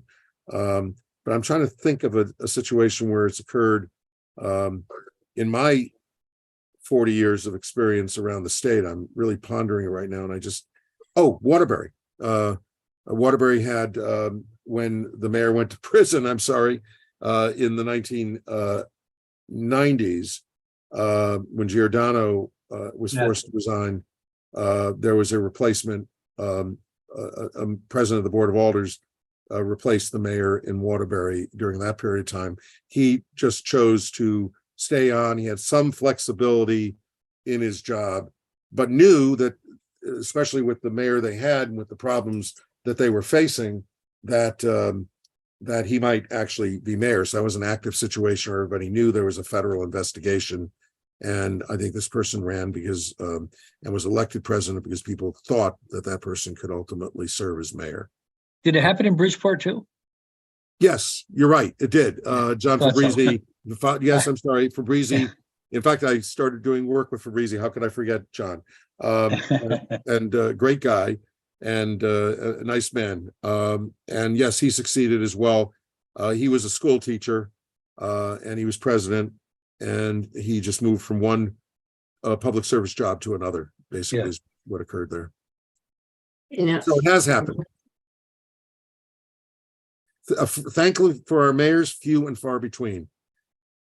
Long live the mayor. So that's something. So I see that the president has a yeah. Yeah. Oh, Greg, go yes. ahead. Oh, sure. Thank you, Betsy. Just a quick question. You know, the entity that makes the final determination that the mayor is in not capable of discharging his or her duties, who makes that final determination? The council. You guys. Majority by 2/3 vote? It's an affirmative vote of 12 members of the Common Council present and voting. So it's a firm, hard 12 members. So it's not 2/3. It's 12 members present voting. So if you only have 11 members at the meeting, you can't act. It's a very hard 12 votes. Mara, just a few minutes ago, it's the one I pointed out. You need to look at all of these voting requirements, but for a decision to make a permanent decision of that nature, I think the thought was, and the provisions in other charters are very, very strict. So, but again, that's your call. That's something you should think about. Okay, thank you. And Steve, also, if you look at 39C, I think there's, unless I'm misreading it again, that's a conflict, but that says 2/3. That's a removal of the mayor for misconduct or neglect of duty versus incapacity. Okay. Yeah, and they're two different concepts, Mayor, because neglect of duty is 2/3 of the entire membership, so that you have that standard. And we can align those two standards, but they are different. They're different actions. The concept of negligence and misconduct are not personal in the sense when you're saying that a mayor is incapable of serving in office, doesn't have the capacity to know what he or she is thinking or doing. I think the stricter standard of having the 12 locked in number, the concept of having that kind of locked in number is important. You can do whatever you want. You could have the 2/3 standard in both cases, but I really think you guys need to think about it in terms of you are the legislators, in terms of your operation day to day, what numbers make sense for you. If you see a strict standard, I wouldn't loosen it, but I would try to have maybe a consistent standard. But there is that distinction. You could align those two things, but they're distinct because they're different types of value judgments that the council has to make. Gotcha. So there was a method to our madness. I think Patsy has her hand up. Yeah. I'm just thinking if we move forward with a 4-year term for the mayor, and the mayor's incapacitated, with a stroke, say a month into the term, what triggers a reelection? I mean, to expect somebody to step in as a president for the full term doesn't make sense. And I don't remember our It discussion. was a biennial election, so if it was a month and into the term, it would be they'd be mayor for about 18 months. They'd be mayor until because November the Board of 12. Ed has a different trigger, correct? Where you get so many months in and then, I'm just trying to remember where it is in the charter and it's not coming to me right now. It's been a long day, so I'm not fast on my feet here. Well, the Board of Ed, you're picked by the town, your successors are picked by the town committee. Yeah, well, there's a another vacancy. section, yeah. If there's a vacancy, the town committee of the Yeah. party of the person who left the board becomes the member of the Mhm. body. Well, I don't know if anybody else is thinking about that length of time for somebody to step in without an election. Seems like a long time.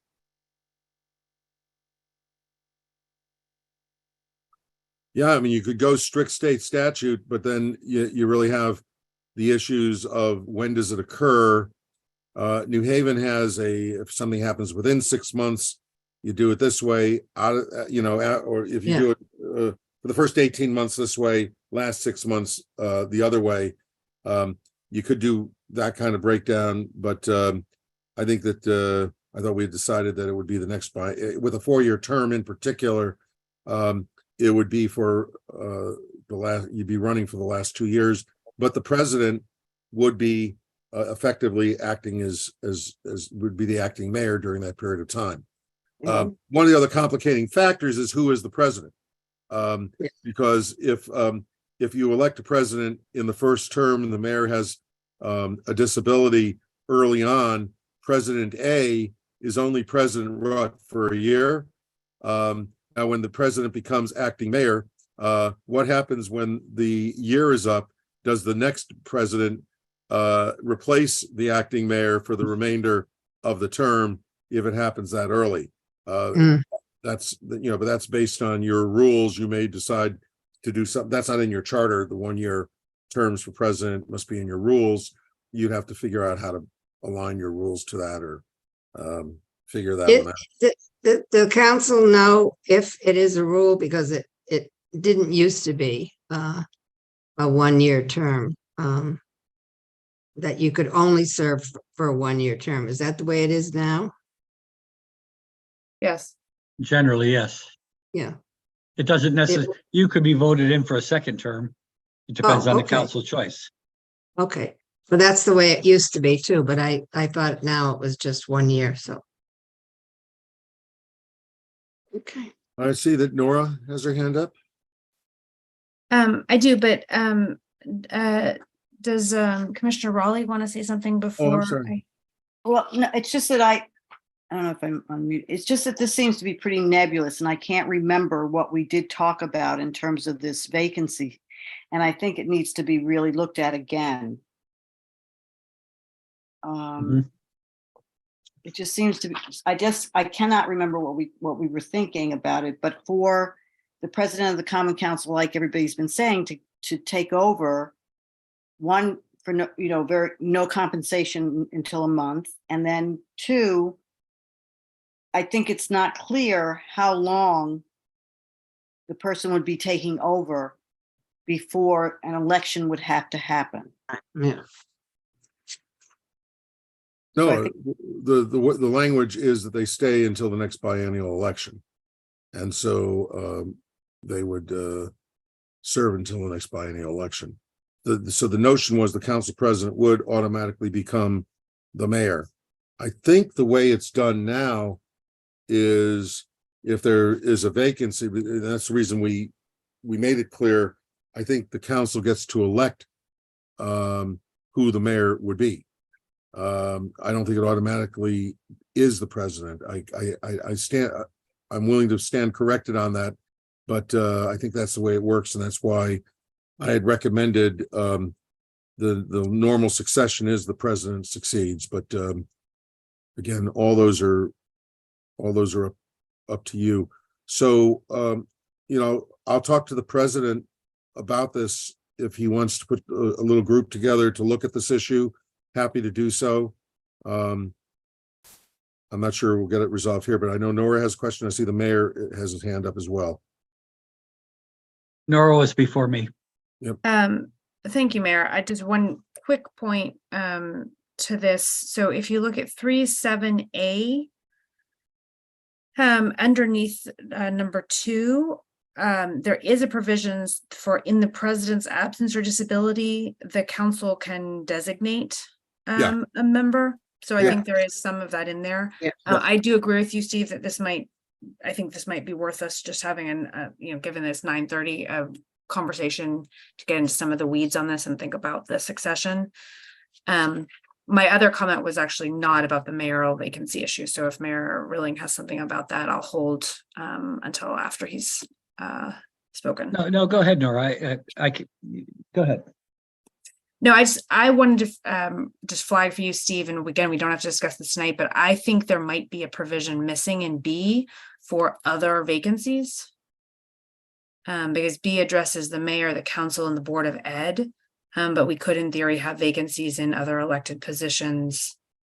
The registrars. Registrars are covered by state law. Okay. And again, I know the constables and all are, but Yeah, that's a good point. We haven't discussed vacancies in the constables. Maybe that says something about what everybody was thinking. But the registrars were left out because they're governed entirely by state law. Okay, which is helpful to know. Yeah. So we did but, think about it. Yeah. Yeah.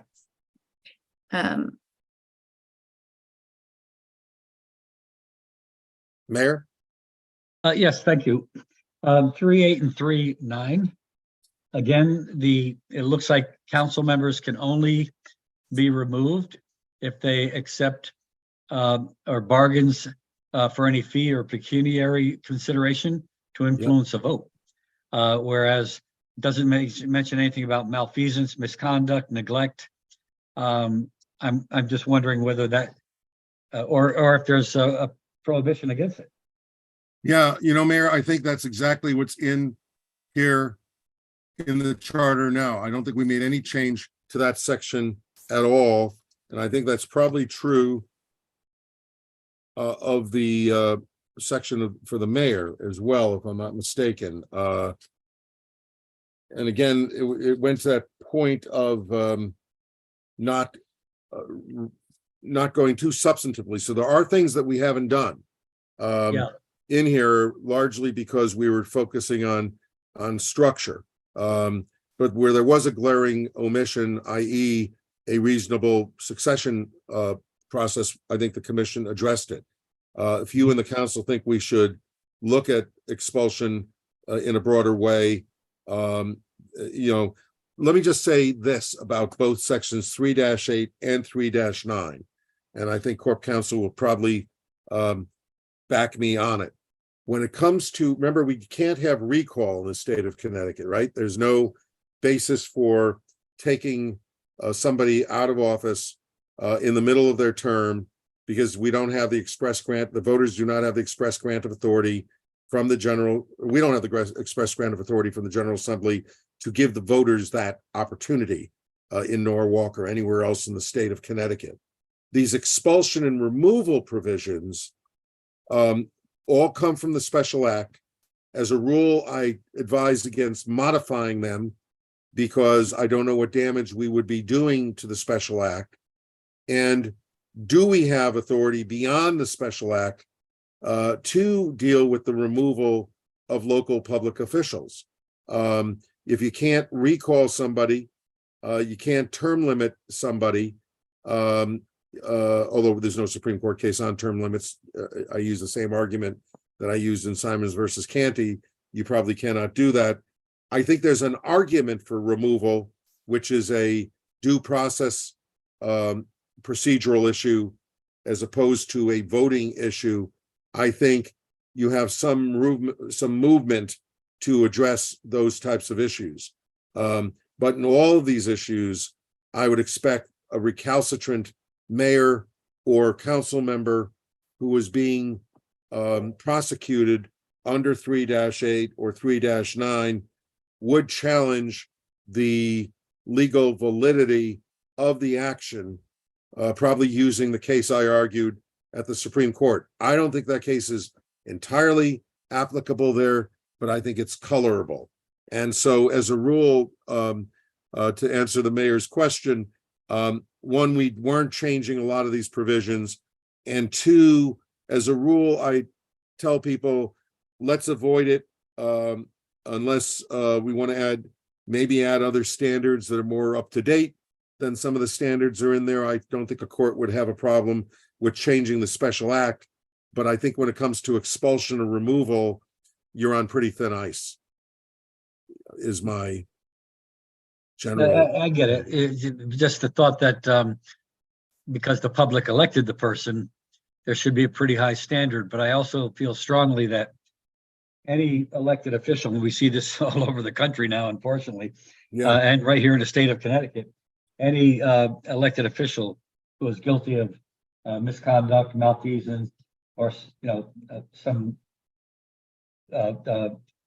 felonious activity, they have no right to be in office. Yeah, usually the courts deal with that by making it a condition of any pleas that the official resign. Gotcha. I think that's how in Bridgeport we saw it, in Waterbury we saw it.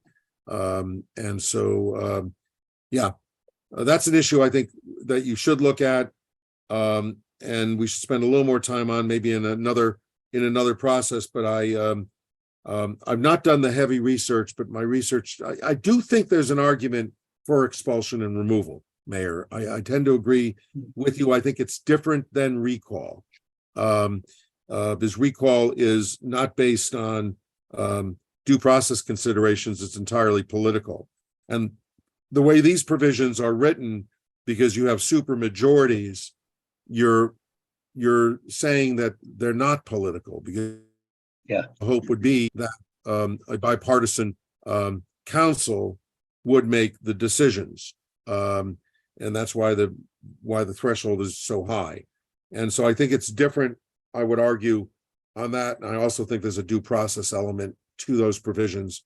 But we did have, in fact, it's a case I was not involved in. It was a Superior Court case. I'm not sure I agree with it, but they did not uphold the Hartford. But I think the Hartford provision is similar to this, but I think it was based on some procedural issues, not on the substance. But that's the reason we didn't address the issue.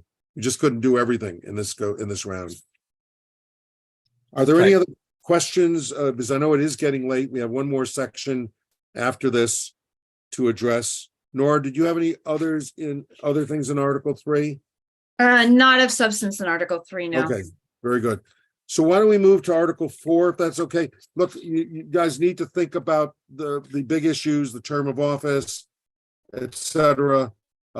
Because let me just explain two things. One is this.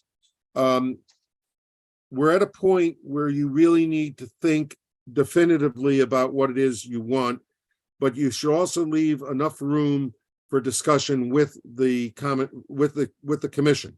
The fact that the commissioners are here, not all of them, but I'm sure that Patsy, Tyler, and Benita will be talking to their colleagues from time to let them know what some of the issues are as they come up.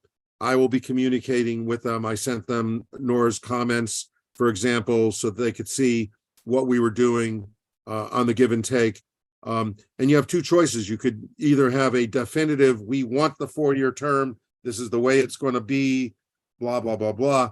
Or you say, we think you need to think about it, but then we need to have an active discussion so that the commission can report back to you something definitively that you will either approve or disapprove. Because when you get it back from them, it's up or down. There's no compromise. So if they give you 4, you can't do 3. You can't do 3 anyhow. But my point is, if they give you 4 and it's aligned, but you don't want it aligned, you don't have that choice. You have to vote it down. So the important thing is that we maintain lines of communication, and that either you come up with a definitive view here, and Patsy and her colleagues can have informal discussions and know where you want to go and are comfortable with where you want to go, or raise concerns before you take the final step. But this has been a very cooperative process, and I think that I think that will bode well in the process. But I just wanted to say to you that on the simpler things, it's easy, but on the more political issues, I think we need to try to maintain flexibility and maintain communication so that we can come up with recommendations that will easily go through the commission and come back to you without much change or any change. Sorry, so Article 4, I apologize for blabbering, but I thought that was important to point out because we are in a process here and we should know where we are. So the Common Council section, I'm looking, let me explain a couple of things in this section, which are on my PowerPoint, but I know them like the back of my hand. Nora had a couple of questions. So I did something here, and Nora raised a question about it, and I want to explain why I did it the way I did it. This seems incredibly restrictive and impractical. This is the state standard by the courts. This is, if we adopt this language, it will be the only charter in the state of Connecticut that actually lays out the rule of home rule. This is the home rule standard. That term, not simply convenient, but indispensable, is the term that's used by the courts. And that's why I did what I did. I understand Nora's point completely, but the courts will understand this if they see it. And I just thought I would try putting in the actual language of what home rule is. This is literally what the Home Rule Act says. This is what Simons versus Canty says, and all the big cases in Connecticut say about home rule. They're really express grants of authority, and they're the indispensable. And what is indispensable? Indispensable will change from time to time, from generation to generation, but they're the things that are absolutely essential for the city to conduct their business. Lack of a better definition. So I'm happy to entertain modifications to the language, but I wanted Nora and others to understand where this language came from and why I use it. And I see she has her hand up. Madam Councilwoman. Fascinating. That's absolutely fascinating. Does the language actually have the and not the or though? Because I can see sort of one being all of our powers under the general statutes, the special acts, et cetera, and two being sort of our emergency powers, right? I'll double check it. Yeah, I'll double check it. I think it's the and. I think it's both. It's yeah. It's. I mean, those obviously, actions- I deeply believe that everything we do is absolutely essential for the city and indispensable. But it nonetheless does seem like a surprisingly high standard to have set. Yeah, no, it's a very high standard. It's you don't have much authority beyond what's expressly granted to you, and it needs to be expressly granted. It needs to be something that is critical to the operations of the city. If this is too constricting, this is the legal standard that somebody will argue in court or can argue in court. Maybe a court will overturn it, but I'm just saying this is the standard that you see in most of the home rule cases in the state of Connecticut. And so, if not other places where similar standards of home rule apply. And so that's the reason I stated it. I will check with a couple of my colleagues and see if I'm being too professorial in terms of having this in the charter. But I wanted to explain that's why it's there. It's the clearest statement of what home rule is in a charter. So I will double check it. Thank you for the question. That's the reason it's there.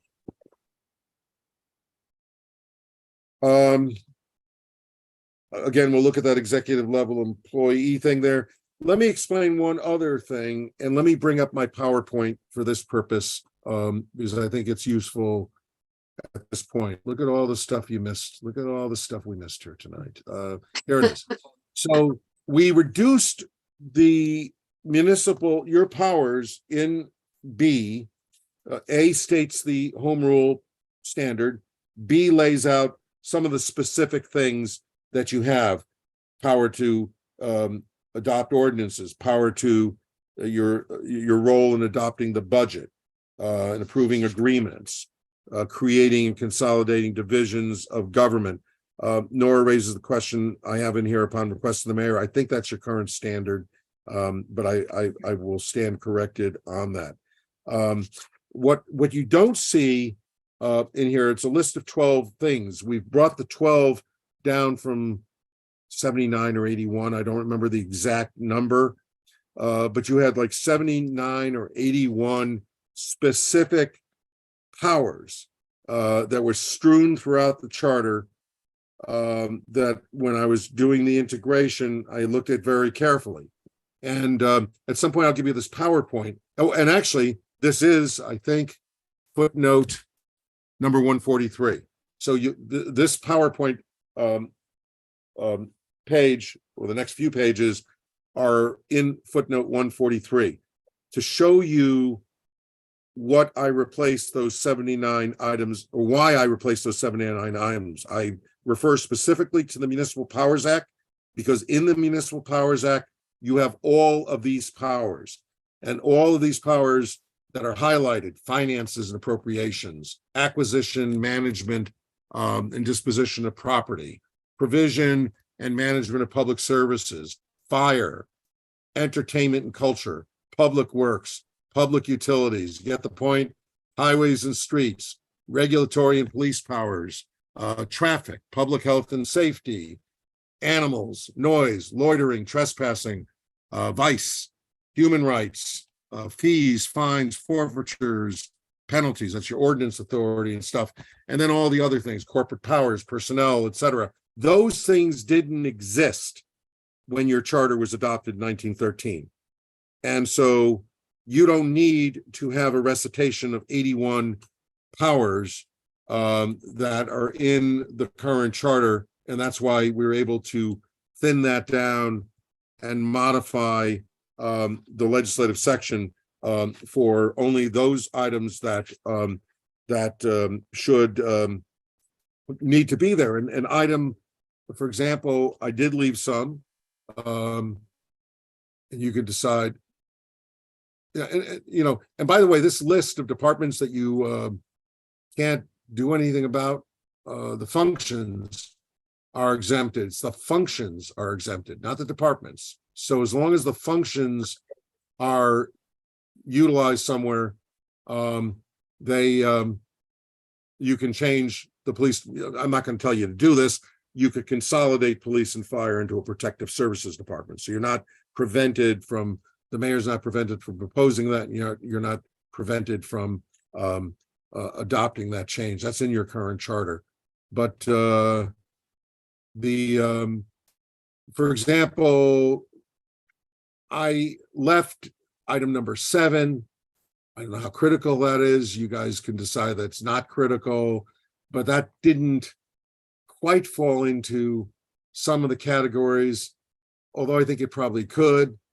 You had gunpowder and keeping safe use of gunpowder. And I thought when you look at that in the context of item number 8, which is a very unique authority, the ability to regulate the discharge of firearms, you probably end up at the Supreme Court on that one, but at least it's an express grant of authority. I left those in there as well. I left 9 in. I'm not sure that's really necessary in light of the Municipal Powers Act, but I wasn't comfortable taking it out. And some of the others, I'm not sure you need all of these things. I'm not sure you need 11, but the rationale was the municipal powers covers most of your power. I see Councilwoman Nadelsky Eichner has a question. Thank you, Mr. Mednick.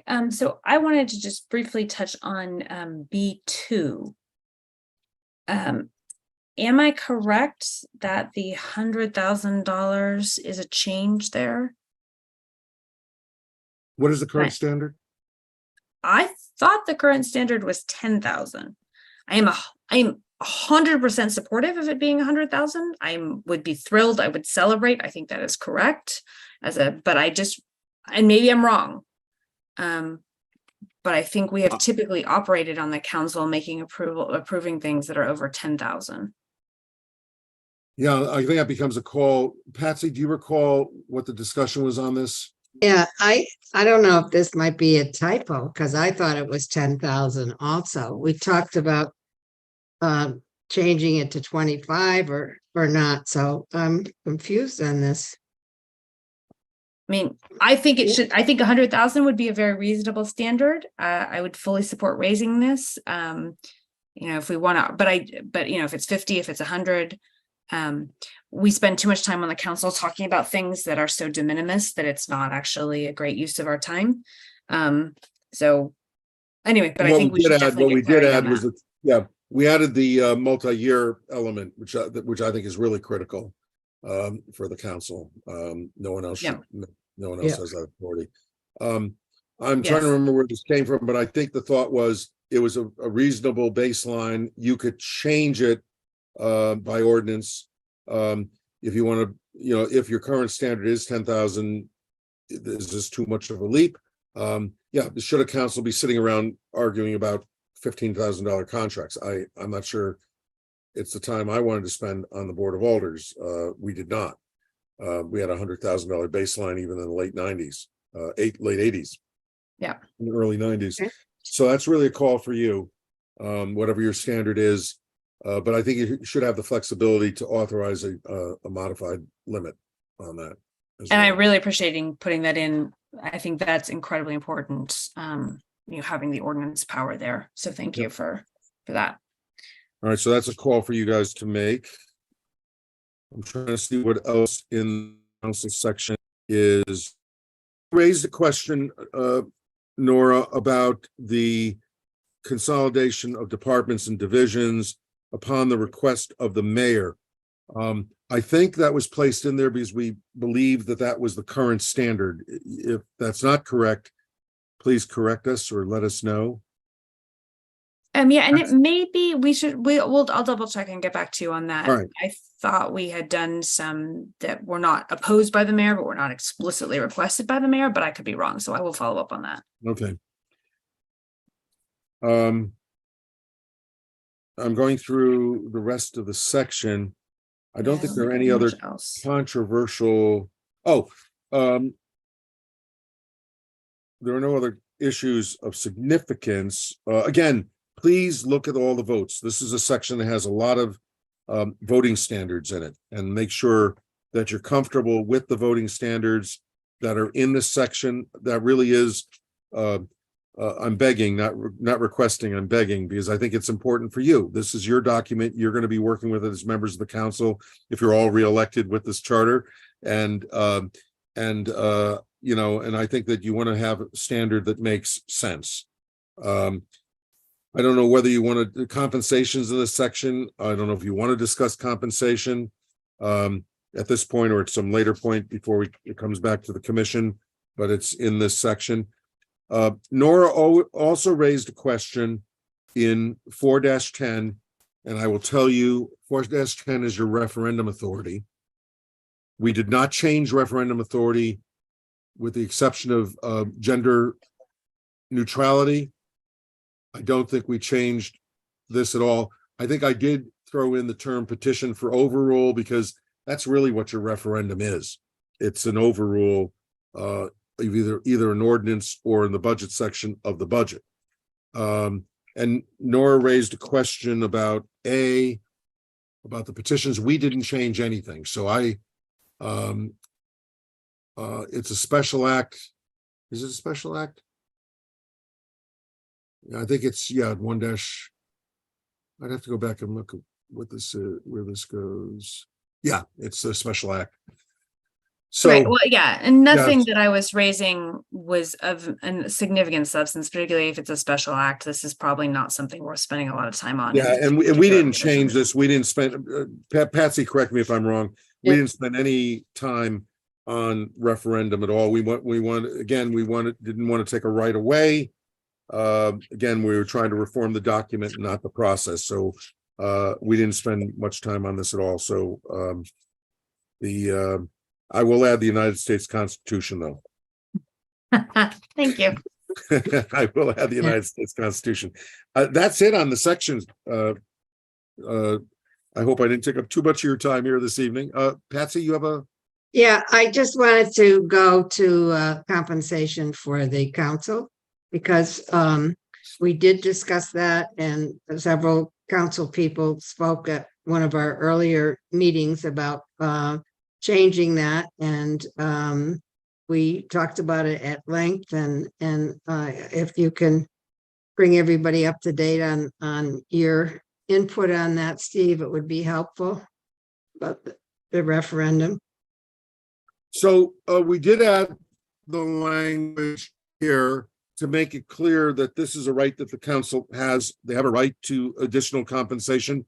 The commission made a judgment based on review and due diligence that, again, in the theory that this is that we are making some substantive changes, but we're very careful with the substantive changes we've made. But I think by introducing the fact that council compensation by statute, and ask me why, and I'll tell you I don't know, requires a referendum. So even if the mayor were to surprise you and the Board of Estimate were to say, we are raising I'm taking a look here. I mean, one of the problems with the language is shall be set at $600 per annum. On the other hand, you do have a statute that you could argue overrides the charter. So let's say the mayor were to say, we want to put council salaries at a higher level, or we want to provide councils with a stipend or an expense account or whatever it might be. By state law, I believe all those things would have to go to referendum, so that if the budget passed, you'd have to go to referendum with a compensation increase for members of the council. Why there's a state statute is beyond my wildest imagination. I assume somebody in the legislature at some point thought it was a conflict of interest for council members to vote on their own salaries. Which is odd because if you looked at the list, I think I put the list up a few moments ago. I think salaries weren't in that list. But if you look at the salary list, which I can provide for you, council members do not get paid a lot of money. New Haven has been a little higher than yours, but yours goes back to the 30s. New Haven's goes back to the 80s when I was still there. And I think we got $2,000 a year, and that's where they still are. They're now raising it in this particular charter cycle as we are talking right now. So it was determined that they would not take this on this time. Perhaps it's an issue that could be taken on in the next 2 years, or if the mayor wants to put it into the budget in the next year, it would have to go to referendum. The reason I end up putting compensation in charters is with a cost of living increase is that, and this has never been tested, no one's ever challenged it, but in all my charters that have compensation provisions for council members, my theory is that the charter is adopted by referendum and the voters are approving a baseline with a COLA. And I don't believe the COLA is subject to further referenda because it's been approved by the voters. And so it allows for kind of an automatic increase. Now, also, if you did have a COLA, for example, there's another restriction. And this is a restriction that applies to the mayor as well and to any other elected officials with compensation. And that is, you're not entitled to a COLA increase annually. You're entitled to a COLA increase prior to the commencement of office. So this year would have been a COLA increase year for January 1, if that were to occur. And if it's a 4-year term, you're not entitled to another COLA until the third of your fourth years. So again, in the municipal cycle where nobody would be running, if you ended up having a 4-year term that's aligned, you would have the increase reflected in the third year of terms for both the mayor and the council. So that's the story with compensation. Yeah. And I just thought it was important to have the council know the logic and why we did what we did so that you can explain it to the rest of the council members. Council member Nora? Sorry, I was muted there. Thank you both for that explanation and that information. And I tend to agree that it makes more sense to do this in 2 years than it does this year, just for limiting distractions. But I am just curious, since you mentioned it, what is New Haven raising their compensation to? Why are you asking me hard questions? Approximations, orders It's in of the magnitude. $4,000 range, and 5,000 for the president, roughly. Here, I'll find it. I was just working on that today. I don't remember exactly, but I think that's the rough number that. Okay, it's thanks. going Just Yep. curious. Yep. We can revisit this in 2 years. Yeah, Middletown. Here's the crazy thing, and I represent Middletown. It's not in their charter, but they get 9,000 a year. Wow. Which is next to Hartford, the highest, and they're one of the smaller cities. I have not asked them how they did it and when they did it. It was not in their charter. They did their charter 2 years ago. It was not in their charter, and I pray that they did a referendum when they did it, but I don't know. But there's a statute that covers that. They're the second highest paid council in the state.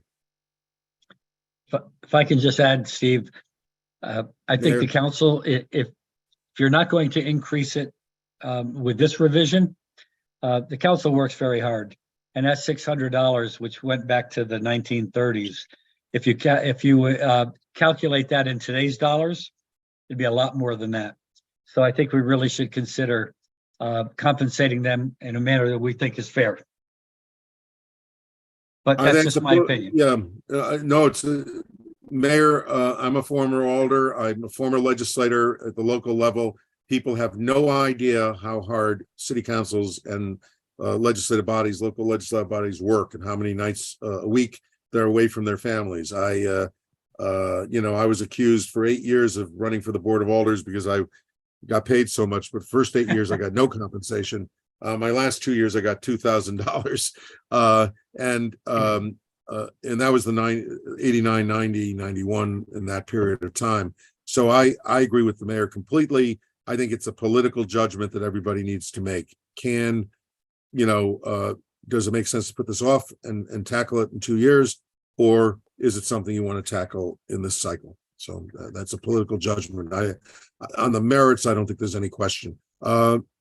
Councilmember Meek, Mr. Minority Leader. Yeah, thanks. On the point of compensation for council members, we would actually be better off getting $0 than 600. That would allow us as non-W2 employees to deduct from our federal income tax as volunteer. Is that a motion? Sir? I don't know if it's I'm just saying if we didn't Yeah. get that money, we'd be able to deduct a lot more. Yep. And he's a guy that knows income taxes.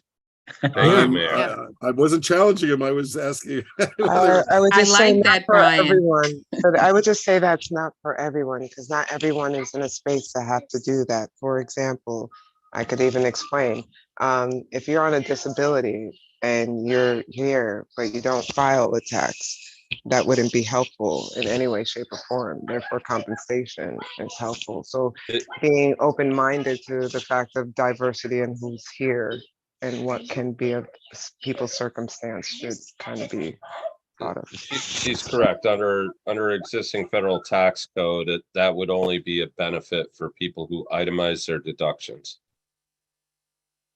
Right.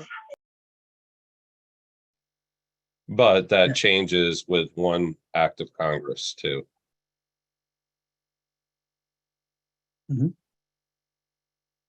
Just a side note. Thank you. Are there any other comments or questions? If not, I'm finished with my presentation, Mr. President. We should probably talk about our next meeting.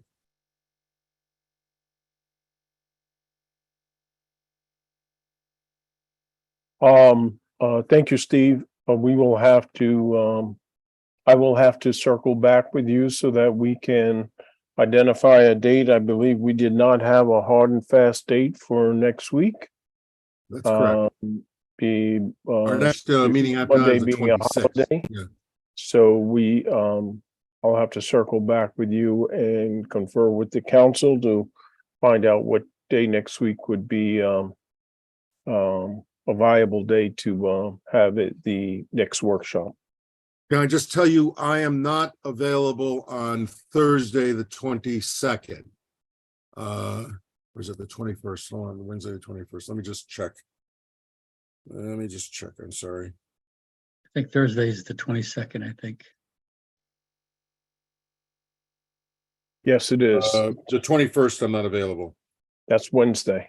Wednesday, the 21st, I'm not. So I'm available the 20th, possibly the 22nd, but not the 21st. Okay. Okay, well, if there's no further business to come before the council, Ms. Nielczewski Eichner? Just very, very quickly, what articles are we going to be reviewing next time so that we can get started on our reading? Yeah, what I would say is let me look here quickly.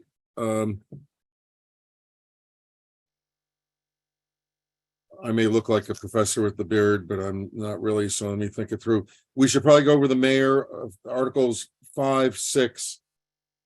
I would say let's go through 5, 6, 7, and 8, which is boards and commissions and departments, a good chunk of the charter.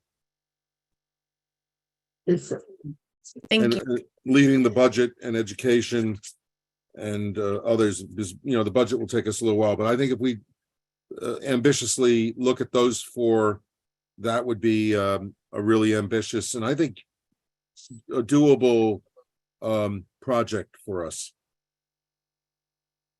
Okay. Right, well, thank you. I really want to thank the Charter Revision Commission. I know they've worked really hard. And Steve, your knowledge and experience and expertise has probably made this a lot easier than it could have been. To take our charter and to organize it in a readable fashion, so you don't have to search for this page, that page, everything else. I'm really impressed, and I truly appreciate what you've done, what the Charter Revision Commission has done, and I think we're putting together a document here that'll serve the city well. And I just can't stress enough how impressed I am. I think Ms. Young has a comment. Thank you, Mayor. I just wanted to say thank you to all of you who've gone through this process. As everyone has said, this has been a huge undertaking, and you guys have done it well. And to me, in a really short amount of time, given the size of that. Yeah. So this has been amazing work. And I want to thank Nora and all the other council members who've submitted, their ideas to this process, because it has helped a lot. And so I appreciate that as well. And just thank you. And it's late. Thank you. Yeah. And we're happy. And we're happy, right? So thank you. Great. Thank you, everybody. And just quickly, in 1975, Norwalk elected the first and only, unfortunately, a female mayor, woman mayor of the city of Norwalk. And she always used to say, read the charter. Read the charter. Now people can read the charter. All right, that's right. Absolutely. Absolutely. I hope so. Ms. Revolus, Motion to adjourn, y'all. Good night. I have a motion to adjourn. All in favor? Aye. Aye. Good night. We're Good night, adjourned everyone. at 10:09. Thank you, everybody. Bye-bye.